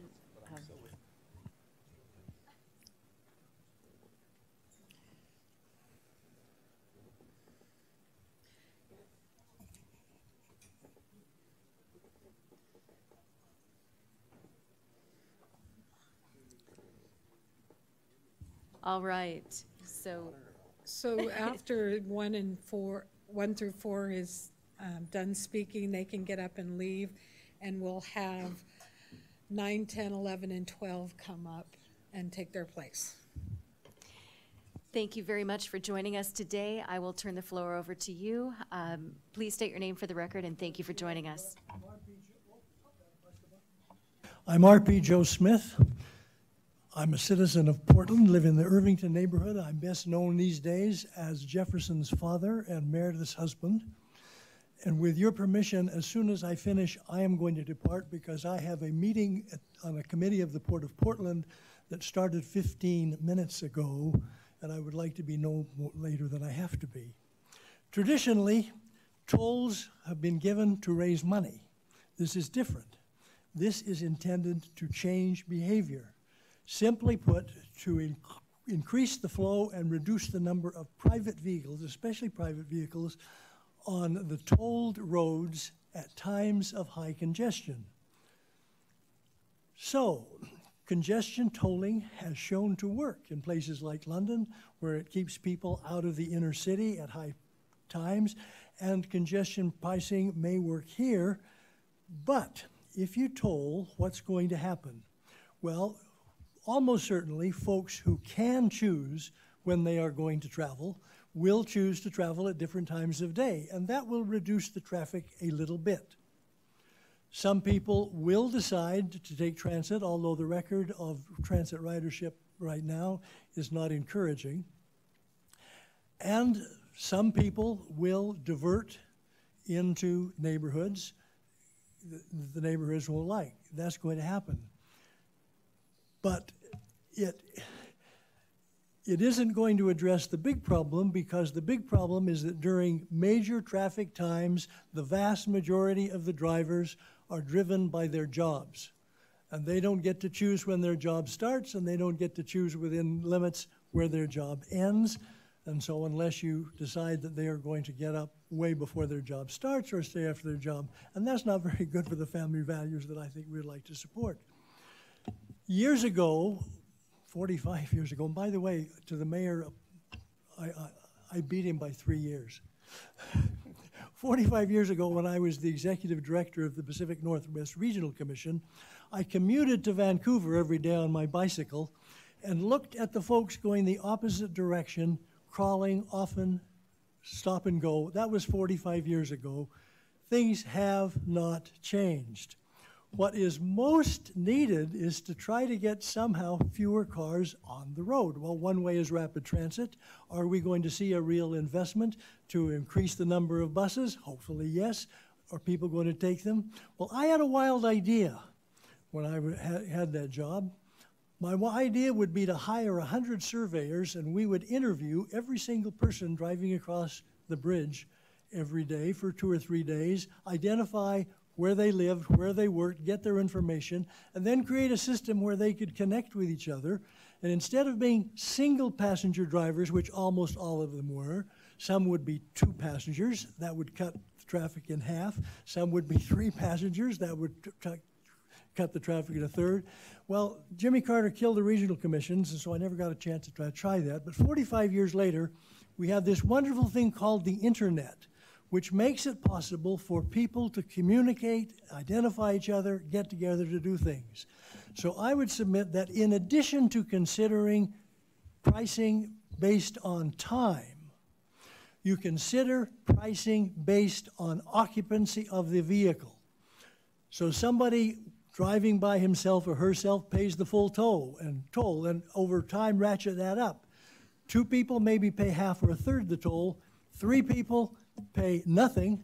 4 people, hey, maybe you give them a quarter. Well, probably not that. But that would be very simple to do, and then create immediately a website to make it easy for people to find each other, commit to each other, develop carpools with each other, and let the magic of the market work. Thank you very much, and forgive me for splitting. Unless there's a question. Any questions for Mr. Smith? Just a comment. Thank you, and I think absolutely it's occupancy is a key part of this.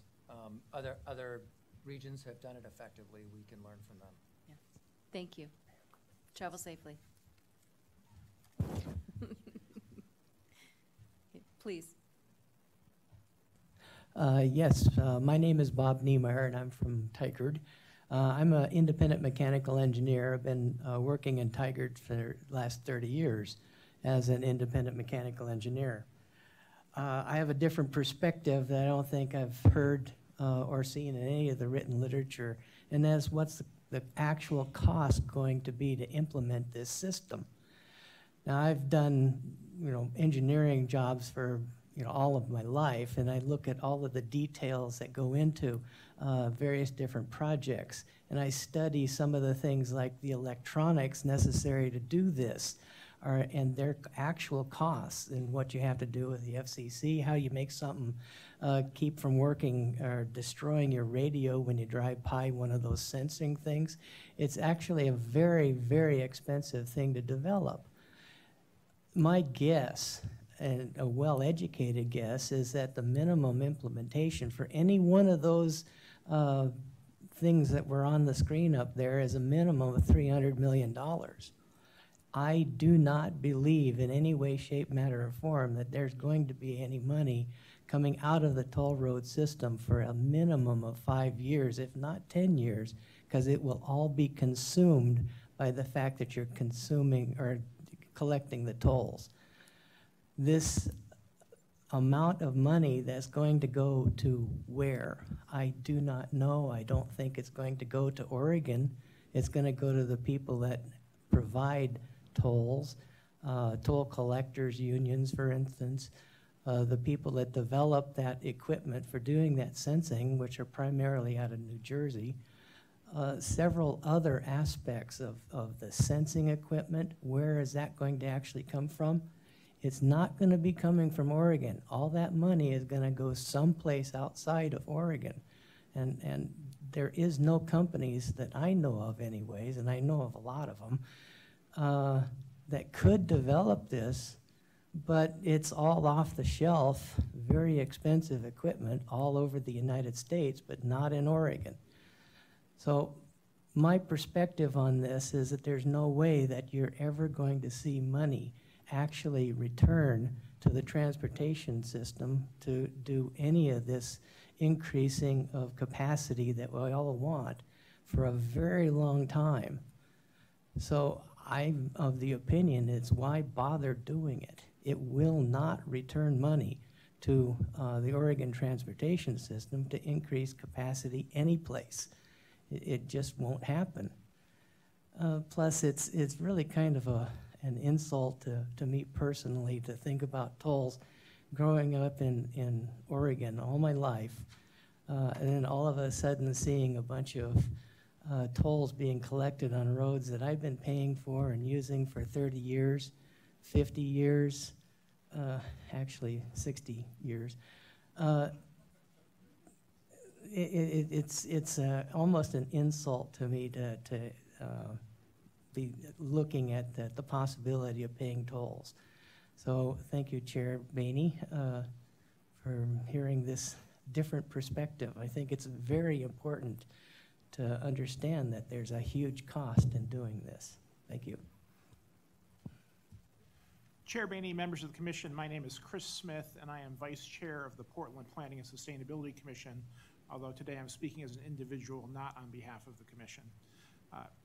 Occupational hazard, in my volunteer role, I tend to look at these things in the context of Portland's plans. The Portland plan, which is our strategic plan for the city, our new comprehensive plan, transportation system plan, and central city plan, all of which in some form look at this issue. We have the same issue you do. Our population is growing, our economy is growing, our road space is not growing. And to grow the road space is either impossible because we would have to acquire properties that would not have willing sellers, or we simply couldn't afford it. So we are forced, as I think you are, to look at the problem of how do you use the existing capacity more efficiently. And we have policies in our plans that support pricing for just that reason. We need to take the current form of use of our roads, which is to put one person primarily in an automobile and have them take up a significant portion of a lane. There's simply no economically feasible answer that solves that problem other than to use those lanes more efficiently by putting people, either more people in one car, using transit vehicles, getting people to bicycle or walk or telecommute, which we also promote in our plans. So from my point of view, pricing is a very effective strategy to move people to make those choices, to help provide funding for the other modes that will help people use that roadway in a more efficient manner. I want to particularly underscore the PAC recommendation to direct a significant portion of revenue to transit. That solves two problems at once, both the need to use the roadway more efficiently by getting a lot of people into a transit vehicle that takes the space of 2 or 3 cars, but also addresses the equity issue to a large extent. We're giving people who cannot or choose not to afford to own a car other options, so that's very important. And I want to circle back to the idea that Chris Hagenbauer talked about with induced demand and the economic inefficiency of trying to add capacity. Time. Pardon? Time. Oh. Yeah, I think I've been counting up since I started. It's okay. One of the interesting things to me from the research was that your consultant pointed out that even if you build all of the RTP projects through 2027, you still have what they called hypercongestion. And I want to call out specifically the Rose Quarter project, which I've looked at extensively in my role at the city and believe will offer very little congestion relief, will cost an amazing $250 million per lane mile to build, money that could be much better spent providing alternative modes that would get people out of their cars and ease some of the congestion bottleneck by changing behavior rather than trying to add capacity that will just produce induced demand. Thank you very much. It may not have come on. No, it still isn't. How about we share a microphone? Oh, there you are. Wonderful. Hi. I think I hit them both. All right. My name's Terry Parker. I live in Northeast Portland. I'm a fourth-generation Portlander. I'm opposed to the tolling recommendation. It is a form of targeted discrimination. Over the next 20 years, car trips in the Portland metro area are expected to increase by 49%, regardless of how much mass transit service is added. Per TriMet's latest survey, congestion, road maintenance, and the need to increase roadway capacity was among the top priorities not directly related to transit. Where is the government support? Over the last couple of decades, both PBOT and Metro have developed an exceedingly evident car hater mindset. Portland now has a 30-year behind the times, out-of-date street and highway system that today is deficient of motor vehicle capacity. Instead of making more room for cars to accommodate unrestrained population growth and supporting the nearly 10% of jobs that are tied to the automobile, PBOT has been tinkering with social engineering and attempting to discriminately dictate how people travel by reducing motor vehicle capacity with road diets, street modifications, and reductions in off-street parking requirements that all combined create more mass congestion. That in turn leads to engines idling and running longer, thereby increasing fuel consumption and emissions.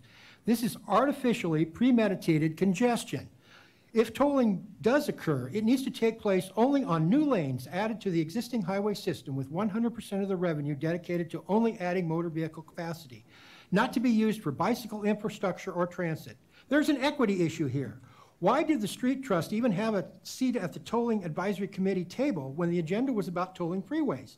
Instead of freeloading on the streets and calling for drivers to pay more, adult bicyclists need to be paying their own way with some type of user or license fee that would fully fund the privilege of having bicycle lanes and other specialized bicycle infrastructure.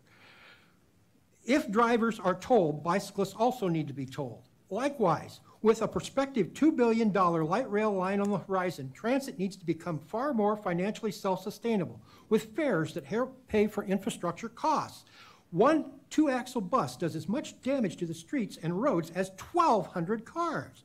Existing transit fares only cover 25% of the operating costs. Motorists should not be subsidizing transit or paying for bicycle infrastructure. In closing, tolling the freeways will generate more congestion on city streets, thereby creating a huge need for adding auto capacity on major thoroughfares. Any tolling will also generate more cut-through traffic on residential streets, creating a new set of safety issues. Finally, since there are no optional routes for drivers to go between Portland and Vancouver, the two Columbia River bridges must remain driver accessible. Any user-based system must apply to all alternative modes. And I'm going to leave you with a quote by Thomas Jefferson. To compel a man to furnish funds for the propagation of ideas he disbelieves and abhors is sinful and tyrannical. Thank you. And now we're talking. You're talking, yeah, thank you. Yes, and so thank you very much for making time to be here this evening. Do we have questions? Okay, so thank you very much. Please. So if we can have 9 through 12 come up and go ahead. I think number 5. 5 left, okay, Okay. go ahead. The light didn't come on. Let's try again, maybe a little bit more, or maybe not. Hit the speak button. That's what I'm getting. Okay. Would you mind trying the microphone right next to you and see if that one, uh-oh, we may not be plugged in or You something. were plugged in. All right. There we go. Excellent. Thank you. We'll make it work. And we may need to start the clock over again, please, Jackie. Afternoon, committee, commissioners. My name is James Franson. If I was still living in the Seattle-Tacoma area, I probably would be there fighting the tolls there too, because they under-designed their freeways in the 60s and they were already obsolete before they were ever completed. So congestion pricing, you know, when I left Seattle, I moved to Chicago. And boy, you want an experience about tolling? Move to Chicago. The toll, they had the tri-state, the 294, which they took bonds out from the little communities. They funded the tollway. The tollway authority was so corrupt, they weren't paying the tolls, they weren't paying the communities back their bonds. The communities had to sue the tollway authority. And it didn't help congestion. What it did do was make the rush hours, instead of 2 hours long, they were 5 hours long. So when I lived back east for a while, I drove around DC, drove to Jersey, drove through Pennsylvania. Every place is tolled. Now, the problem is they didn't increase the infrastructure. So the tollings now, they're using it as a cash cow, and they are not ever taking those tolls down. So the issue is, if we allow tolls onto our freeways and highways, will they ever come down? The question is, probably not. And now when you talk about congestion or value pricing, you're pricing people to stay off the roads. You're not paying for the roads. And by the way, when you toll a road, the money should be used only for that road. You toll 205, you put the money back into 205. Now, looking at this, nobody's really talked about increasing capacity. You're trying to add a lane, maybe add a lane, but you're tolling to change people's behavior. You're not tolling to fix the infrastructure problem. Now, the gal who sat before me here was saying that we don't need to do this. We need to keep the capacity where it is. Well, you're living in a bubble then, because we're growing at about 30,000 people a year, about 300,000 every 10 years. So that means in 30 years, we'll have another 1 million people. We will have double the people. So if we don't take the time now to fix this infrastructure, to improve the capacity. Now, I'm fully in favor of, let's say you want the best way to improve capacity, you double the size of 205 and you toll it. Just the fact that so much more throughput will go through, you will cut down the traffic on 5. Now, you want to take a lot of the traffic away from 5, from the west side, you build a new freeway. How about a 605 running from, let's say, Longview, Kelso, coming into Wilsonville, running through Beaverton and Hillsborough. You would take the traffic and you would redirect it where it needs to go. Right now, everybody's coming down 5 to go which directions, and 205 is now worse than ever. So tolling is an absolute non-starter unless you do the capacity first. And then you can toll until the road is paid for, but then the tolls must come down. I do not believe that first you have federal highway funding, you have the weight per mile tax, and you have gas taxes. You can always fudge those a little bit to improve it. You can also apply for grants from the Federal Highway Administration to build the infrastructure necessary and then toll to pay for it. So there are other ways, but nobody's talking about infrastructure. Everybody's looking for the easy way out to toll. And I find that unacceptable. Thank you for your time.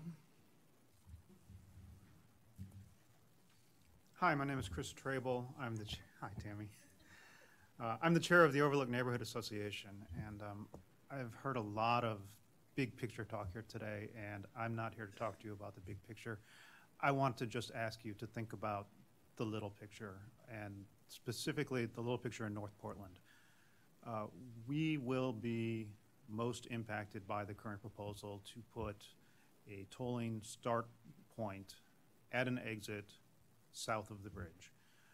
If there is any opportunity for drivers to get off the highway, we believe they will. Now, I've heard testimony today that, in fact, smoother traffic on the highway will encourage people that are diverting now to get back on the highway.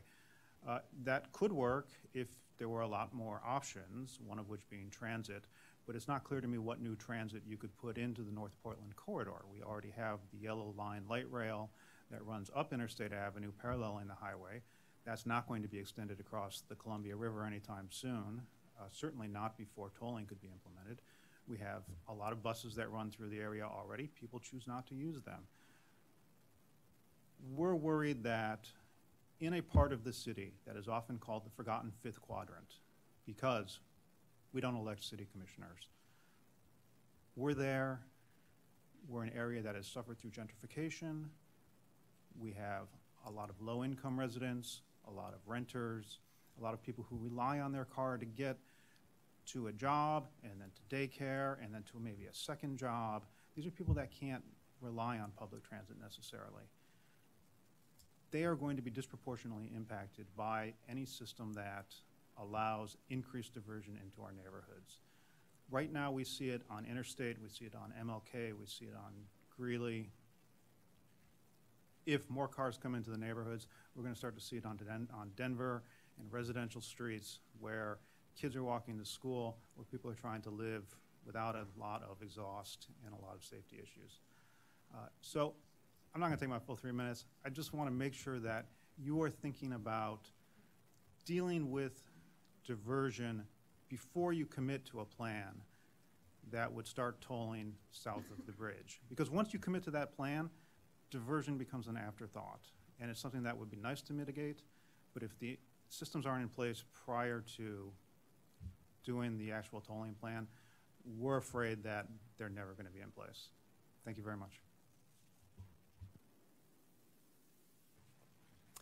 I'm John Lee from Camas. As information for Commissioner O'Halloran, if you show your Oregon driver's license to a Washington merchant, they will waive the Washington state sales tax. We welcome your business. You get a lot of it. Thank you. The proposals offered by the Value Pricing PAC did not come from the 25 PAC members, but was completely driven by the ODOT staff and their paid consultants. Commissioner Roy Rogers of Washington County said the proposal was a non-starter. Portland would be the only location in the nation to seek federal approval to toll all lanes of an existing interstate without adding any new lanes or vehicle capacity. I'd like to point out that tolling is a hugely inefficient way of collecting money to pay for transportation improvements. In Virginia, on I-66, they're paying half of the collected tolls for the cost of collection. In Seattle, on I-405, it's 35% going to the cost of collection. These are outrageous numbers. By the way, in both locations, they added new lanes for capacity. No business person would ever accept a credit card for payment that costs them 35 or 50% of revenues. If you want to be efficient with the people's money, you should reject tolls as a source of revenue. The gas tax gives you an incredibly efficient means of collecting transportation dollars. There is no reason to give tens of millions of dollars to toll collection companies when you could simply raise the gas tax for transportation needs. If you must go with the tolling proposal, then many PAC members and citizens indicated strong support for option 4. It added a new lane in each direction on I-5 and I-205 and only tolled those new lanes. It had the best impact on traffic congestion. It offered the least diversion to people seeking to avoid the tolls. Sean O'Halloran told the PAC, transportation is not an entitlement. Everyone must have some skin in the game. I agree. That's been one of the huge problems with transportation spending. Roughly 95% of daily trips are taken by people in privately owned vehicles. They are paying the bill via gas taxes, car tabs, and other ways. And yet Oregon spent $1.5 billion on a light rail and a new bridge across the Willamette River. No cars on that bridge. You're about to spend $13 million for a new bike and pedestrian bridge across I-84. They're looking at $450 million to create real estate at the Rose Quarter. Does nothing to improve traffic congestion, and yet those are transportation dollars. We feel that truckers and privately owned vehicles are paying for the skin that are owed by others. Portland has the 12th worst traffic congestion in the nation because they've refused to add vehicle capacity. You're not going to improve congestion until you add that capacity, and it's not going to get any cheaper by kicking the can down the road. Thank you. Thank you very much. And we're going to hold the applause and group hug until the end. So do we have questions? Okay, thank you very much. Nice to see you. So we'll call up the next group. So if we can have 13 through 16 come up. And then go ahead. Yep. Please state your name for the record, and thank you for joining us. Hi, I'm Bradley Bondi. I'm a resident of unincorporated Clackamas County. So first, I'd like to say that I fully support option C, decongestion pricing on all lanes of I-205 and I-5. However, revenue from decongestion pricing should not go towards expanding freeways. Like, we've had a couple of comments already talking about induced demand, and that adding lanes does not it just does not fix congestion. You can look at any other major city in the US. I grew up in San Diego. I know this. It's not going to fix congestion. All revenue generated from this should go towards multimodal transit, bicycle ways, light rail, busing. That's where these funds should go. Beyond further, encouraging automobile use is kind of counterproductive towards the environmental and the air quality goals that we have as a region and a state outlined. And we really should focus on, like, the climate change goals we got to, sorry, I'm kind of rambling on here. I'm going off script here. I'm sorry. Doing just fine. This is a public interaction, and you're doing just fine. All right.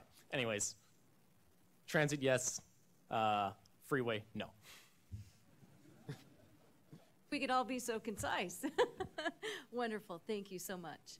Please. Good afternoon, now evening, commissioners and Chair Boehne. I'm Rory Bialostowski. I'm a resident from West Lynn, and I agreed with everything that Councilor Perry said. We have a big diversion problem, and I'm here because I want to be a young person on the right side of the history in the future, looking back on this. Just intersection of Willamette Falls Drive and Highway 43 going on to the Arch Bridge. Terrible intersection, and it's a diversion intersection now. Took some pictures that I'll get to you guys soon. Just 4 p.m., 5 p.m., it probably takes someone from Westland possibly 45 minutes just to get to Oregon City, right across the river. So to see the idea of tolling on the Abernathy Bridge, to me it's kind of a common sense equation. If you have two bridges right next to each other, one costs money to go over, one doesn't cost money, everybody's going to try to go over the one that doesn't cost any money. And so that would really cause problems in Westland on the local streets, on smaller arterials. It could be a disaster with long wait times, and until we fix the diversion problem and get the intersections in West Lynn that are backed up all the time, until we fix those, we have to fix those before we put in some tolling procedures, because The Arch Bridge is very narrow, and that's going to be a big thoroughfare, and with the tolls, people are just going to get off, go across the Arch Bridge, and lots of backups. So we have to fix the diversion first. That's what I want to hammer home with you, because if that's not fixed and we start tolling, it's going to be terrible. And I'm all for tolls. You know, I'm supportive of means to pay for infrastructure improvements. Those are necessary. But the ODOT and State of Oregon and City of Westland and Oregon City and all the stakeholders in this have to work together to solve the diversion issues before tolls go into place. So thank you. Well, and thank you both for your investment of time, too. And do we have a transition of the table? Okay. Thank you. And we will look forward to your photos. So if we can have 17 through 20 come up to the table. And go ahead, please. Chair Boehne, Commissioners, good evening. Sean Philbrook here on behalf of the Business Leaders Group Identity Clark County out of Vancouver, Washington. We sent a letter earlier this spring in April, and we understand and support the pursuit of additional funding for regional transportation improvements. We are uncomfortable with the value pricing approach solely to discourage peak time driving, however, which we believe is already being discouraged through 6 hours plus of daily traffic congestion. Rather, we encourage an approach that generates funding for well-defined projects within zones where there is a nexus between users and improvements. So we look forward to working with you in this process moving ahead, and we thank you for your time. Please. Washington was, Oregon had the money to replace the... Can you state your name for the record, please? Oh, I'm sorry, Mel Vitsky out of Portland, Oregon. Great, hi. Oregon had the money to replace the I-5 bridge. The state of Washington said, no, we will not pay for it. Then, before that, there was a proposal to run the train over to Vancouver. They said no, they didn't want it. So now they have no mass transit option to get from Washington to Oregon. The tolls are a very bad idea. I do not like that toll idea, but there's other ways that we can fund it. Why not have a small transportation tax that everyone in the state of Oregon pays? If each person paid, $2 a month, and how many people in the whole state did that? We could use that money to work toward replacing and putting lanes in and adding whatever we need. And we need to tell Washington it's time to step up and pay for your share of that bridge across I-5. Thank you. Thank you. John Charles. Thank you, Madam Chair, members of the Commission. My name is John Charles, President of Cascade Policy Institute. And as a supporter of congestion pricing, I have paid very close attention to the opponents of this. I was reading their testimony last night. I listened very attentively for the last hour, especially those north of the Columbia River, as to why they are opposed. And they have said in their written testimony they see little to no benefit. Little to no benefit. That is so adamant in opposition that I think the only thing that can allow us to move forward is not another white paper or computer modeling exercise. It's a really well-designed, rigorous experiment to generate statistically robust data that will answer a lot of these questions. And as much as I support pricing, sadly, I don't think the recommendation coming to you from the advisory committee is that experiment. I don't even understand it.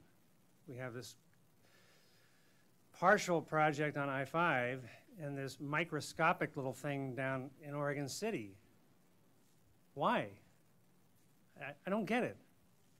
So here is my suggestion as an alternative moving forward. Treat it as a real experiment. Have a control group and a treatment group. Have the control group be I-5, no tolling. The treatment group, all of I-205. It's long enough to generate real revenue. It's got different dynamics between I-84 and northbound. There's a set of dynamics. The Stafford Basin clearly has a capacity shortage. There's all these different elements there you can learn from. We own most of all the right-of-way needed for improvements. You have a robust transit in terms of the red line, the orange line, the green max line already built and operating. And I think for people who want an alternative, there's the answer. Well, I-205 is where we're going to learn. If you don't like that, I-5 is unpriced. You can join the scrum there and wait in traffic while I-205, we improve traffic speeds double or triple to what they are today, improve throughput. I believe that's what the results would be, and people would be jealous that we haven't yet told I-5. But that's all speculation now. And the only way to get there is through a really strong experimental design, and I just think that the proposal coming to you is, well, I don't understand it. I don't think it's the right one to go forward, and I would hope that between now and August, you would consider as an alternative all of I-205, but nothing on I-5. And let it go forward and let the evidence speak for itself. Thank you. Please. Good evening, members of the commission. My name is Rachel Dawson, and I am a citizen of Westland, Oregon. So today I'm going to talk about the consideration that I think you need to give to drivers from Vancouver who oppose a pilot project initially on I-5, as well as citizens in cities such as Westland who will see a great amount of this congestion on side streets, two topics that have been spoken about quite a bit today. And what I noticed when looking at your alternatives is that there was no alternative for initially only value pricing I-205. Now, I'm from Westland. This sounds counterintuitive. However, I think that it would be beneficial for the rampant congestion in the area. And I think it would also be beneficial for drivers who want to go over 205 but don't want to pay the toll if there was an increased network of rapid transit buses that went over 205, getting citizens from point A to point B on those frequent buses. It would increase options to drivers who, in their minds, might seem like options are being taken away from them. Now, additionally, there is the option to end the program if it doesn't provide the anticipated results. Now, I think that only value pricing, having a toll on the Abernathy Bridge, won't give you the anticipated results you seek. You'll have individuals seeing that there's a toll on the bridge, diverting off the bridge and getting back on around it. And I think to demonstrate how well this project would work on a larger scale and to show individuals driving from Vancouver and in other areas of the region how beneficial this could be is to have that tolling along the entirety of I-205 from the get-go, so that this project isn't doomed to fail right out of the gates.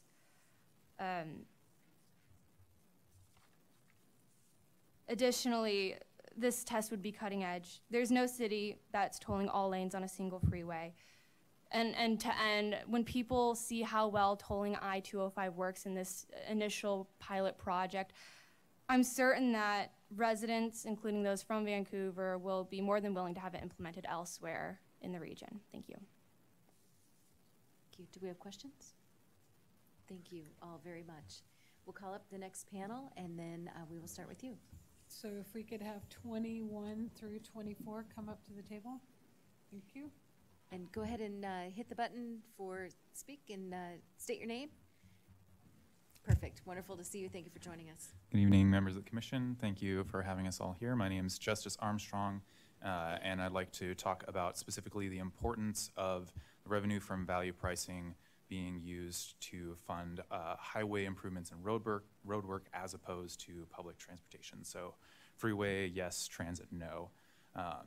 Many have discussed improving the regional transportation system, and while they think that's an important consideration, it's even more important that the revenue from value pricing be directed only to the maintenance and improvement of the roadway system. As Commissioner Vega Peterson and others have expressed, the primary goal of this pricing program should not be to raise revenue, should be to manage traffic demand and improve those conditions. And so one of my main concerns with the revenue being directed towards transportation projects is that it creates the wrong incentives for the pricing of the system. And so you're more likely to have those prices raised above the fair rate that they would be if the revenue is being directed towards public transportation, especially if you're talking about projects with high capital costs like light rail expansion. And so it would create the wrong incentives, and it would divert the program from its intended purpose, which is not to raise revenue for outside projects. And I also believe that putting revenue back into the road system is the only fair way to implement a pricing system, because this way the drivers on the roads are the ones who are paying the primary cost of congestion, but they are also the ones who receive the benefit from that and get a better return on what they pay for. And so if we keep 100% of the revenue going towards well-maintained roads and adding capacity as needed, the drivers will see not only the benefits of decreased congestion, improved traffic times, and decrease in greenhouse gas emissions, they will also receive the benefits of better roadway maintenance. And so I believe that the system should be kept as a closed loop user fee as much as possible, because it can be used, pricing can be used as an effective tool to improve our roadways on a number of levels, but if we siphon the revenue into other public transportation projects, it merely devolves into another tax. And additionally, I would point out that Article 9, Section 3A of Oregon Constitution requires vehicle fees to fund roadway investment and not to be diverted to other things, and that House Bill 2017 includes a public transportation payroll tax that already provides another revenue stream for public transportation. Thank you. Please. Members of the committee, my name is Jacob Puckett. I am from West Lynn, and I want to draw your attention to an aspect of congestion pricing that I believe is just as valuable, but I think is often overlooked, and I haven't heard it addressed yet today. And that's how value-priced roads would benefit low-income communities. One of the objections that I've read to this proposal is that it would harm low-income communities and making them pay for roads that were once free. And while on the surface this might not seem fair, there are several aspects of the current free road system that are just as unfair. Right off the bat, it's important to remember that delayed traffic costs people more than just their time. It costs them missed work opportunities. It costs them getting to doctor's appointments on time. And it costs being late to a court date, and it costs picking up your kids from daycare. And because all of these side effects hit hardest on low-income people, they have the most to gain from decreasing congestion. Now, only 1/3 of low-income commuters drive their own cars to get to work, as noted by a Texas A&M study, and the wasted time and fuel spent stuck in traffic cost the average commuter $1,000 per year. And that's $1,000 that makes a larger dent in a smaller paycheck. Less congested roads would save these drivers time, money, and fuel. And it would also result in faster commutes for the majority of lower-income people who take public transit to commute instead. Another important aspect to consider is pollution. Auto emissions caused by congestion have been linked to higher levels of asthma, cancer, and preterm births. And these effects are worst closest to the freeway, where the residents and the quality of housing are more often than not poor. Less congested roads would reduce pollution and improve public health. A study of a comparable turnpike in New Jersey found that reduced congestion from valued pricing lowered premature and unhealthy birth rates by 11%. By putting in place congestion pricing, we will be better able to decrease travel times and health risks, both of which, as they currently stand, disproportionately affect low-income communities. And we will be able to build safer and more reliable roadways for all residents. Thank you again for your consideration. Commissioners, thank you for the opportunity to comment today. My name is Tyler Bump, and I'm speaking as a resident of the Arbor Lodge neighborhood in North Portland. The Arbor Lodge neighborhood is near Overlook, which was spoken about earlier. We're in between I-5 and the Bluff and Lombard and Ainsworth, and we have two freeway interchanges that are within our neighborhood. One, I want to convey my support for congestion pricing as a mechanism to manage traffic and manage transportation demand on our freeway network. And two, I want to talk a little bit about localized impacts and what I see as potential localized impacts in North Portland. In terms of diversion, is something that we're fairly concerned about, my family and I are fairly concerned about. I think that actually adding value pricing to the rest of the I-5 corridor in North Portland would be a way to actually have diversion not be as much of an impact on the neighborhood. My biggest concern is for the schools that are within our neighborhood and neighborhoods in North Portland. It's fairly unique that we have 4 public schools and 1 private school that have catchment areas on both sides of I-5, and I'm a little bit concerned about, actually really concerned about diversion traffic and the impact on children getting to schools. 2 elementary schools, Ockley Green, which is the middle school, and Jefferson High School and De La Salle North private school. Those schools are also have high shares of underserved youth, ranging anywhere between 50 and 77% of underserved students, and have high shares of students who are eligible for free or reduced lunch. So I think that the sort of public health benefit and worrying about the diversion impacts in North Portland is a big concern for me and my family, and that's all I have today. Thank you. All right, it's a pleasure to be here today. My name is Miranda Bonifield, and I live in Hillsboro, Oregon, and have for most of my life. And I'm really glad that you all are taking the time to hear us and hear from the community. I'm honestly amazed at how much work has gone into this, so thank you for that. I just wanted to take the time to talk a little bit about how value pricing would actually be value for Vancouver as well as for Portland metro area residents, not only because of the reduced time spent in traffic due to congestion, but because of the increased value that the increased time that we get to spend on innovation and an actual business when we have decreased congestion, and also some of the benefits to the environment that the other people at this table talked about. Apparently I'm in the support group today. First of all, talking about the value that congestion pricing could present to Portland and Vancouver area residents. INRIX, which is a think tank up in Seattle whose entire point is to solve traffic, found this last year that by 2026, congestion delays and fuel emissions and things like that will have cost Portland area residents $9 billion, which is, I think we can agree, a pretty substantial amount of money, even if it wouldn't pay for a whole freeway or anything like that. And so I think congestion pricing could be a really great way to make a dent in that number.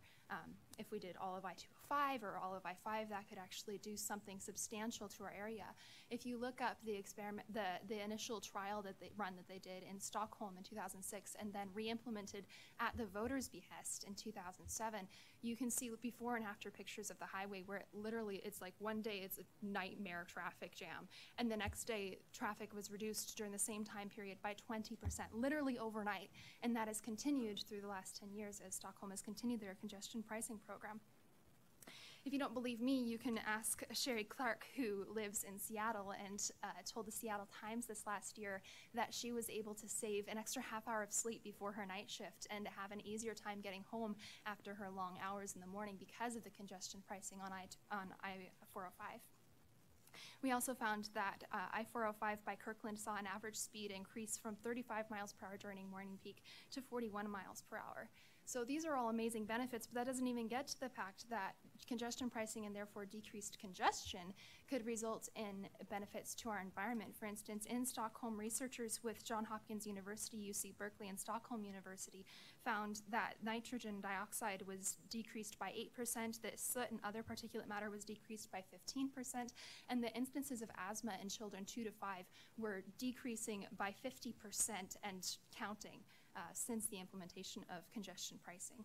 So these are all values not just for Portland residents, but also for Vancouver residents, and I applaud Oregon for actually considering implementing value pricing. Thank you. I just wanted to take a moment and say to everyone, I know it's not easy to testify and come and kind of tell your, share your thoughts, and everyone is doing a great job, and you are keeping right to the 3-minute clock.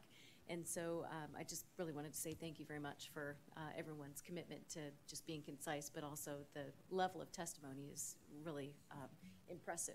So thank you very much. Before we get to the next group, we will call up another panel, please. So if we could have 25 through 28. Thank you. Up front, thank you.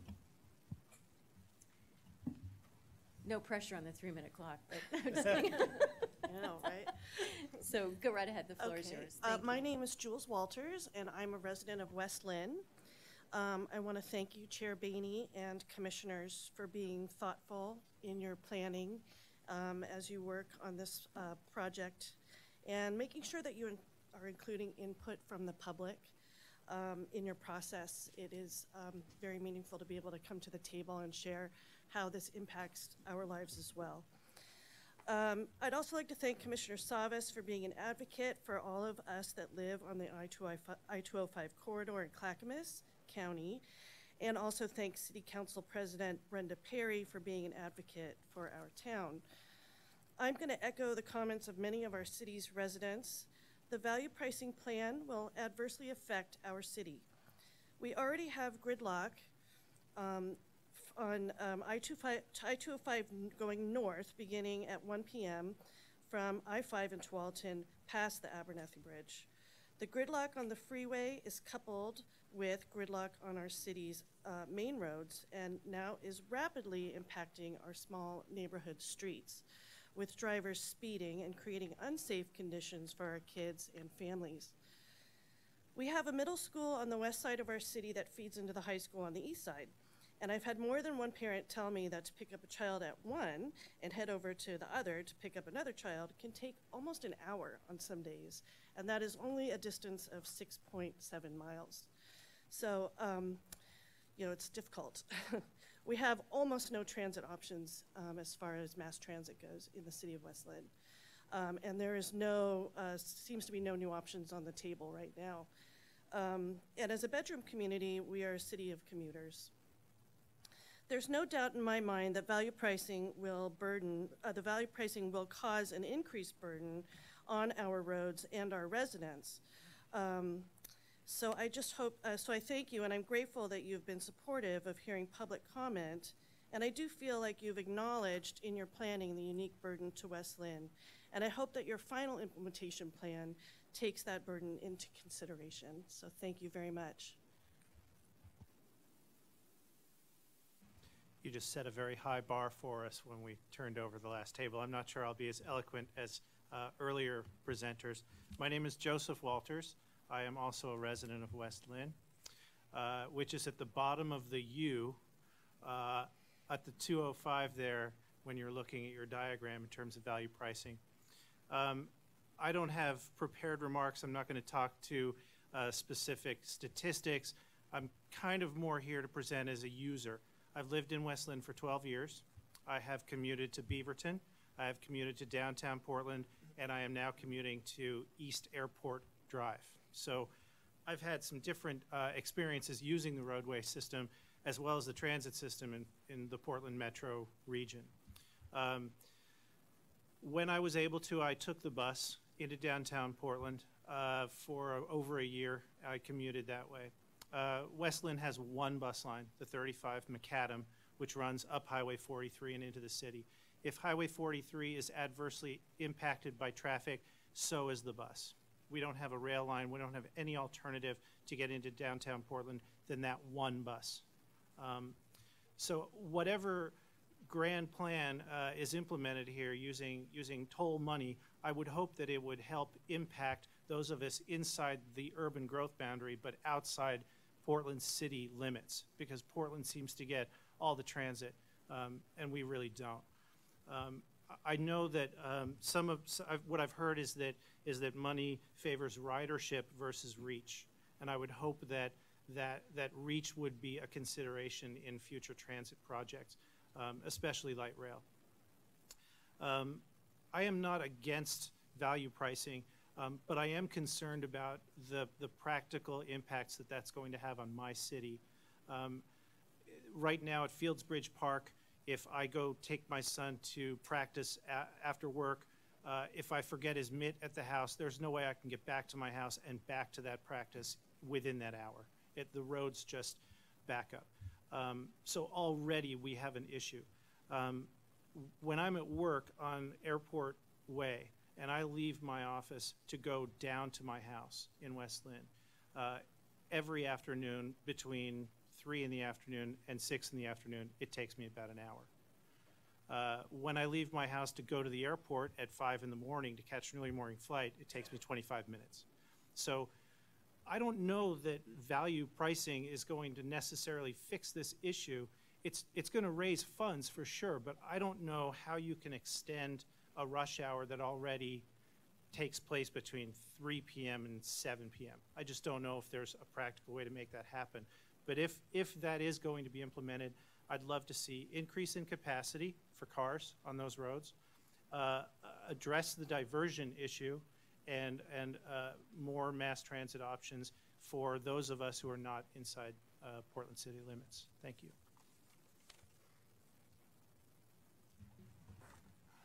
Yeah, my name is Ken Clark, and I don't represent anybody, but I may be more representative of people than, in general, than you might think.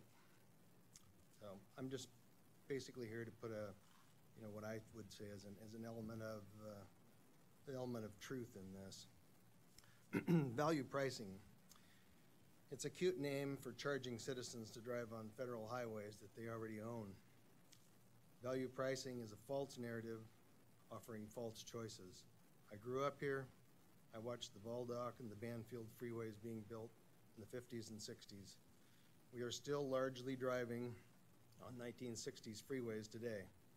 Nothing substantive has been added to the metro area freeway system in the past 30 years. This was by design. I had a personal conversation with a senior ODOT planner in the late 1990s, 20 years ago, and I asked him, when would ODOT add additional capacity to metro area freeways? Without hesitation, he said, never. Top management won't propose it because political forces in the metro area won't accept it. Meanwhile, other similar metro areas did build and are still building beautiful freeways. Phoenix, Salt Lake, Reno.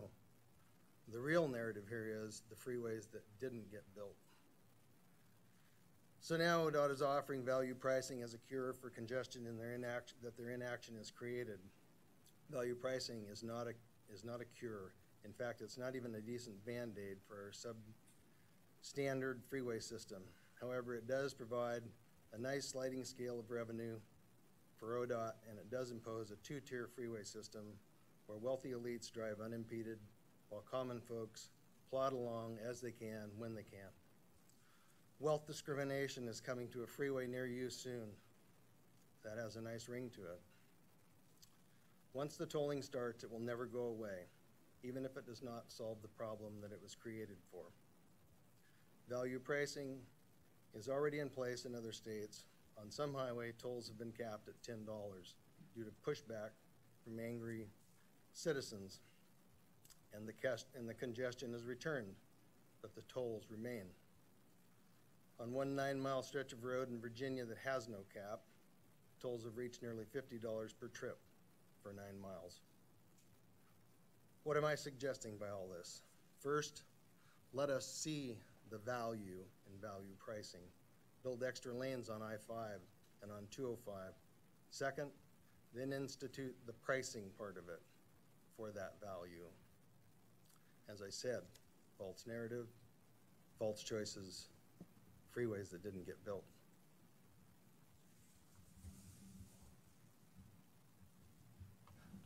Chair Boehne and Commissioners, my name is Doug Allen, Portland. I want to ask you to please implement value pricing on the entire Portland area freeway system. Your value pricing consultants have delivered a clear message that the fairest, most effective, and most beneficial approach is to set tolls at the lowest level needed to keep the freeways moving and apply pricing on all lanes broadly across the freeway system. You should implement value pricing as soon as possible in order to help deal with the current traffic mess and spend some of the revenue on better transit service. The Value Pricing Committee and consultants did great work, but they missed the boat on implementation and providing transit alternatives. Their recommendations to price limited segments of I-5 and I-205 as pilot projects are not the way to move the program ahead. Stretching development out over a number of years is just not acceptable. Instead, you should direct the department and consultants to investigate the potential for rolling out value pricing one on-ramp at a time, just as you did in the past with ramp meters. Our ramp meters need to be upgraded anyway, regardless of what tolling scheme you choose. They lack the intelligence to properly sense bunching and gaps in traffic and properly time vehicle entry. The key to avoiding hypercongestion is to feed vehicles onto the system so that they don't overwhelm it. Value pricing without intelligent metering won't give you maximum operational benefit. Install the tolling infrastructure at the same time that each ramp is upgraded. Start with a limited, controlled rollout in which unforeseen problems won't cause a major failure and can be easily corrected. Eventually, mainline sections of the freeway can be priced in order to charge people entering from outside the region, and even to charge based in part on distance if that turns out to be appropriate. In the short run, however, there may be a set of strategically located on-ramps where tolling for short periods will give you a high return on investment during the initial period when the public is becoming familiar with the system. By combining an investment in smarter ramp meters with value pricing, Oregon will have a good argument for why the Federal Highway Administration should allow this innovative approach to rapidly move forward. Regarding transit alternatives, I will ask you what the committee failed to ask.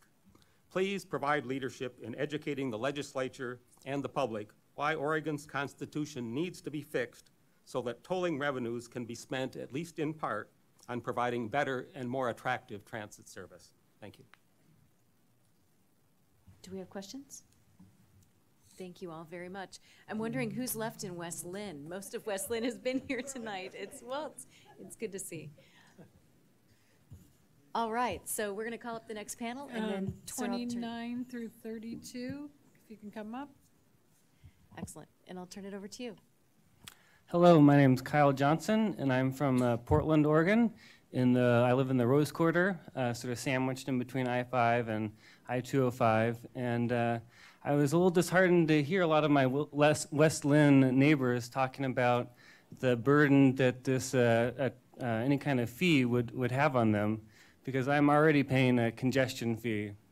About twice a year, we have to wash all of the windows on our apartment building because of all the soot and the grime that's built up on them. And in December, we're expecting our first child, my wife and I, and we were also disheartened to hear that Harriet Tubman, the school next to us, is considering opening, but that they want to limit children from being able to run outside because of the poor air quality. And so I'd asked my West Lynn neighbors to consider the fee that we are already paying in the center of the city because of their decisions to live far away and commute on the freeways. And about 5 years ago, I started my own business at the bottom of the aerial tram providing bicycle parking. And when the tram was first proposed, they had proposed 12 bike parking spots at the bottom of the tram. And just today, we parked over 400 bicycles. And so my recommendation to you is to be bold and to do something that inspires us. Right now, my wife and I, we're considering moving to another city because we feel like there's not enough bold action going on in Portland to address the concerns that we have. And the city that we're considering is Stockholm. Thank you very much.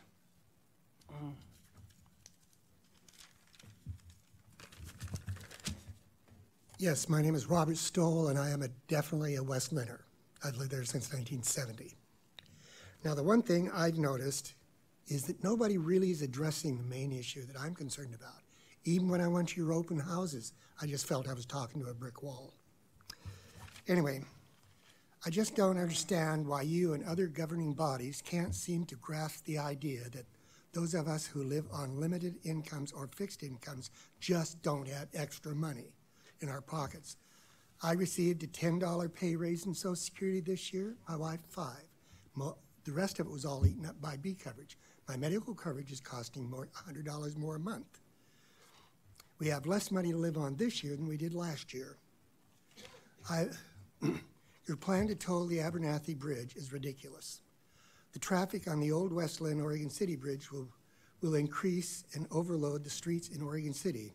This will also impact the surface streets of West Lynn, Gladstone, and Gladstone. All doctors' hospital are in Kaiser, are on the east side of the river. Also, a lot of our shopping is done on the east side of the river in Oregon City, Clackamas Town Center, what have you. I would suggest tolling only the 2 inner lanes on the southbound lane, and then also only the 1 lane going north. This way you do not toll West Lynn residents and Oregon City residents just have to cross the bridge. If you toll it, everybody, including myself, will never use the Abernathy Bridge again. I will even drive back roads to get to the hospital. I often have to be, my doctors often request, or the advice nurse, that I need to come into emergency for special tests. Okay, I'm not going to be using a doggone ambulance, so that means I'm going to have to pay a toll just to get my doctors. I don't have that extra money, and I'm sure I'm not the only one. And by the way, I moved out there before West Lynn became so darned exclusive. And the Robinwood section that I live in is a much lower income area. And as time goes by, the older houses are being ripped up for the mega mansions for the rich. So no, I am totally opposed to tolling, or at least coming up with some way or method to either allow us to use these without that expense. I mean, when I have to turn around and live on less money this year than I do, I'm 77 years old. My health will not allow me to work. So what am I supposed to do? Where else am I going to cut things out? So please, please listen to the fact that I'm the only one really that spoke here tonight about this, because it is something that's real.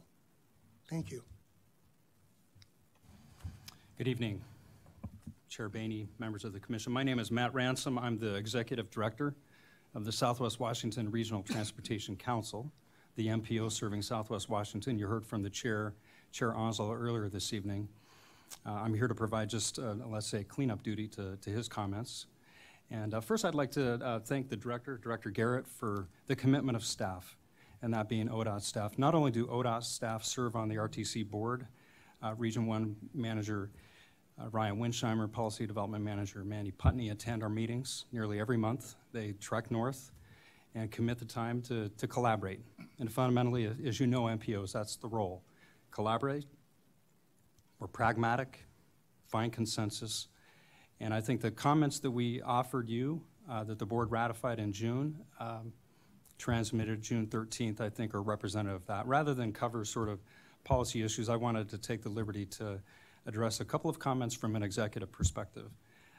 Number one of the comments that we made was about consultation. We have had good consultation thus far. I think as staff, Ms. Judith Gray has attended at least 2 of the RTC meetings to present. And again, as I say, board members from ODOT that participate monthly have kept us in the know. But as you would guess, when it comes to bi-state governance, it's tough. It's tough to have trust. It's tough to have understanding. Not only is it difficult, but I think it's something that we need to really commit to do. And so the request, as we submitted in our comment letter, is continued consultation. We did serve, my staff served on a traffic modeling committee to the study. We expect going forward that the intensity of the work clearly is going to pick up. The work to date, and the reason why the RTC board didn't offer an endorsement of a concept is we understand the study thus far is just that, conceptual. The work really, the depth of the work is what lies ahead. We're committed to offer, I'm committed to offer my staff's time to consult with the ODOT team and others to try to find the right fit. I think that's what we're all pursuing. The second comment is one that I think we would both respectively understand, strings attached. There are many strings attached, both in the metropolitan planning world in terms of use of funds and the use of funds that you have discretion over. I think it's imperative, and our letter reflects this, that you're clear and transparent in the spirit of public benefit and public interest. What can you do with the funds? We hear the conversation and people are manifesting opinions and observations based on assumptions about how funds can be used. That's paramount at this juncture when it comes to, we say in our letter, need for bi-state mitigation. Please, in the next several months, be clear publicly what the funds can be used for or can't, and also where they can't be used, to the extent there's a legislative remedy that's appropriate, present those and work the processes you know well how to do. So we're committed to the continued collaboration. We're committed to consult with your staff and the director's staff as it's appropriate. We stand ready to do that. Thank you, and we look forward to it. Thank you, Chair Beatty, members of the OTC. Thank you very much for your time. I'd also like to reiterate Matt's comments about the work by ODOT staff. I believe they've done a good job. My name is Sean Donaghy. I'm the Chief Executive Officer of CTRAN, the public transportation provider located in Clark County, Washington. I'm also a member of the Southwest Washington Regional Transportation Commission Board. In recent weeks, CTRAN addressed a letter to ODOT and the OTC requesting some information regarding public transportation improvements through value pricing. I will not review the specifics of this letter, as I'm confident that this group has or will review it and compile a response. During several presentations by ODOT staff, there was a continuing notation of improved public transportation as well as other transportation option strategies for equity and mobility. Having heard this, it was difficult to understand why CTRAN had not been approached to discuss public transit as a vital part of value pricing. As a matter of note, CTRAN is the 4th largest public transportation agency in the state of Oregon. Additionally, CTRAN is the largest provider of interstate express bus service in the state of Oregon. Throughout the process of discussing value pricing, the specific notation of congestion mitigation continues to be the overarching subject. As a longtime transportation official, I should be an individual in the position of finding the positives of this initiative by supporting infrastructure upgrades specifically identified through this project or supporting detailed congestion mitigation strategies. Unfortunately, there are no specifics for this official to support. There are no identified construction or mitigation projects being addressed through these conversations with the exception of the Abernathy Bridge. No discussion regarding an exclusive right-of-way or exemptions for public transit vehicles. By simply charging or changing lanes via north-south I-5 or I-205 with no application to a specific road improvement project, there is a disproportionate impact to residents of many communities within a regional bi-state cooperative. Specific to CTRAN, we ask that the OTC truly understand the impact that public transportation has on the bi-state community as a whole when considering how these potential changes will impact the region. To date, conversations regarding public transportation from a bi-state perspective have been vague in such a critical conversation about the vitality of a successful region. Public transportation, by its very definition, is an example of congestion mitigation and has been for over 100 years. Public transportation supports economic development and vitality. It supports job creation and access to those jobs. It supports access to education at all levels. And most importantly, it supports quality of life for all citizens regardless of income level or ability. Transportation in any capacity is for the benefit of all people, supported by those elected to serve. Finally, I would just like to thank our Southwest Washington delegates who are on the member advisory board that helped outline and recommend the value pricing options. I'd also like to thank other elected officials and agencies in Southwest Washington who worked on behalf of the interests of Southwest Washington residents and transportation options. I ask that you strongly consider the feedback given by the member advisory board who represent their respective communities so that transportation works for everyone. And thank you very much for your time. And we will be in contact. Thank you very much for that. Do we have any questions? Okay. Thank you very much. We'll call up the next panel and then. So can we have 33 through 36 at the table? The floor is yours. Ron, would Turn you on your mind? mic. Ron Sword, Portland, Oregon, for the record. Welcome to the ongoing discussion that's resulting from increased interstate traffic. Some of you have mentioned the CRC and that discussion. This is just kind of another phase, is what does this metropolitan region do with the increasing interstate traffic that will, by projections, increase very greatly, and the freight will increase. And I hear a couple different sides, but I'm trying to balance them. What I'd like to say is we can add capacity and increase transit and other alternatives if we control the cost. A few years ago, ODOT was looking at some seismic preparations. I think we talked about that at Oregon Live. I heard a figure of 5 billion. I've worked in seismic upgrading, so I had some thoughts on that and did some research. OSU had put out this study on the Cascadian zone and kind of doing some research on other West Coast ideas. So apparently the response I've got now from ODOT is that they've rethought some of that. They're more strategic about it. They project that the costs can be brought down very much more and still address that issue sufficiently. So the same thing with interstate traffic. We had a citizens forum in 2011, and we had an ODOT consultant hear 15 ideas. So what I call the completion of the ring road, Western Arterial, he did say he liked that. This is all going so fast, you know, you don't have a lot of time. But this is something that could address the interstate congestion that we have now. We're going to have a lot more of it, but this is a very cost-effective idea. It's been analyzed by Washington County also, and it's cost-effective because it connects existing routes. It would connect Cornelius Pass Road and Columbia Boulevard and Highway 30. What happens in interstate would be another issue, but if that same discussion was going on in Washington, that would be good. And Representative Kraft, who spoke here earlier, has been trying to get a study through the Washington legislature for new bridges. What I'm asking tonight is we need to get the Oregon legislature to study this, I think specifically. We've talked about that a little bit. I don't know how ODOT could really proceed without a more in-depth analysis. I'm very convinced of the cost effectiveness. Also, because it's a shortcut for a popular route now, it benefits all modes.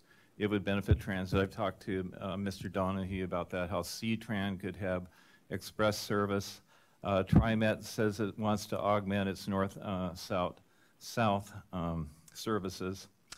And one thing I would say is we can make some observations of what other states are doing. Caltrans is dealing with a lot of the issues that we are as far as seismic preparation and traffic capacity. We can observe what's happening there. We can see there were some examples in Oregon's past of cost-effective bridges. I've mentioned the All-Sea Bay Bridge. Sylvia's Island is very similar design. I've talked to the engineer of this network, Tide Arch. He'd like to come out and see this. So we have solutions. I don't know why this has been on the back burner so much. It's hard to get in the media, all that, but I'm convinced this is the best solution for our interstate traffic. As far as what you're going to do in approaching the FHWA, I don't know. That's a heavy decision, but anyway, this is probably our best traffic solution. Thank you. Hi, my name is Gary Manugian. I'm a resident of Portland, lifelong. The stated purpose of this congestion pricing is that it's supposed to, or value pricing, is supposed to reduce congestion. I don't see how it works. I've looked, I've gone to the open houses, talked to people, and I keep looking at one thing. And everybody, the nice part about going this late and everything is that pretty much everything that can be said has already been said. I understand you folks have been mandated by your bosses, so to speak, and told to do a particular thing. Okay, understanding that, there's a flaw in this, okay? In that everybody gone before me have mentioned the same things. The diversion, okay? The road system is interdependent on itself. You guys already know all this stuff, okay? We've already mentioned the fact that when they can't get through on the freeway, if people are going to try to avoid a toll, or if there's a crash even, because the effect of a crash right now is the same as a toll, somebody trying to avoid a toll. They're going to take a different route if it's available.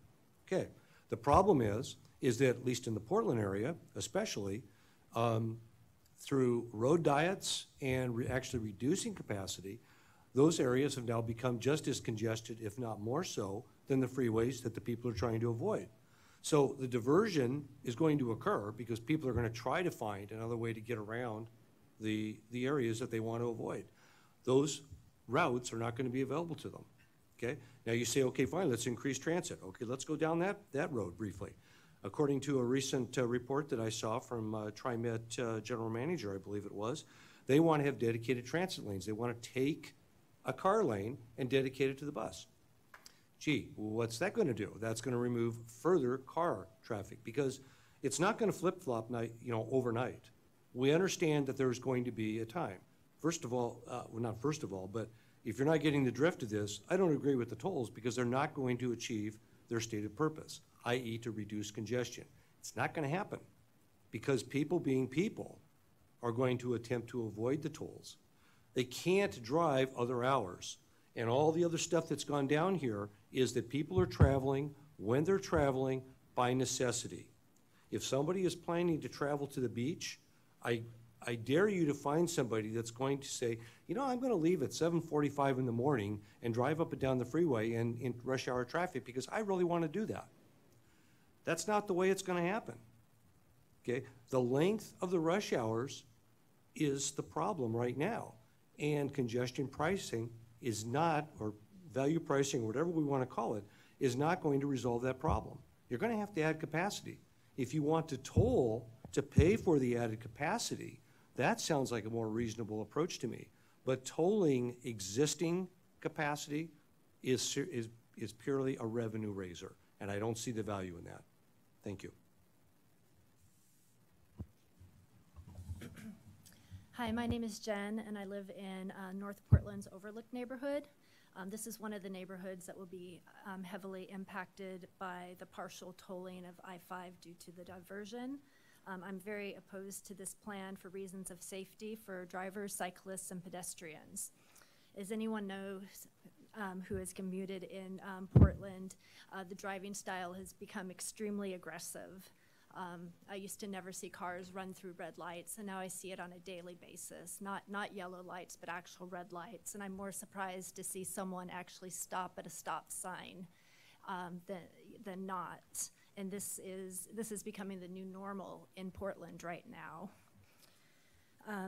The results of the increased traffic and aggression, of course, is more accidents.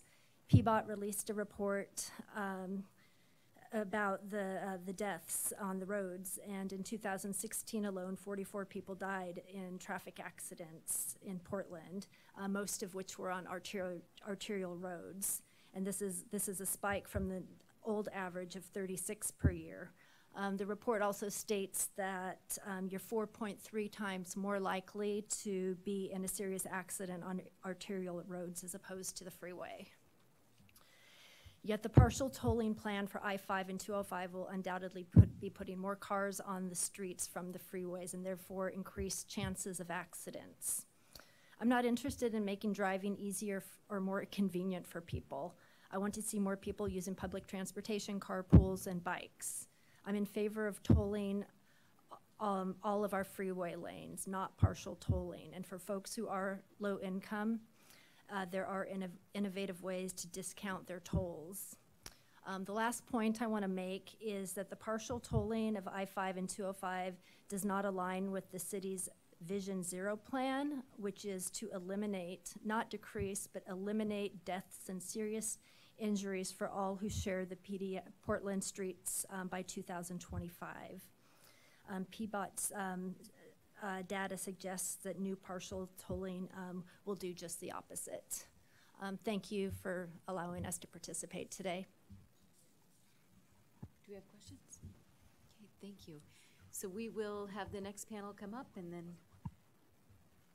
okay, thank you very much. So if we could have 37 through 40. Thank you. Please.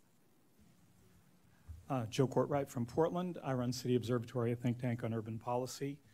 You need to be bold. You need to move ahead with congestion pricing, and that's the only way that's been proven to substantively affect traffic congestion that everybody's worried about.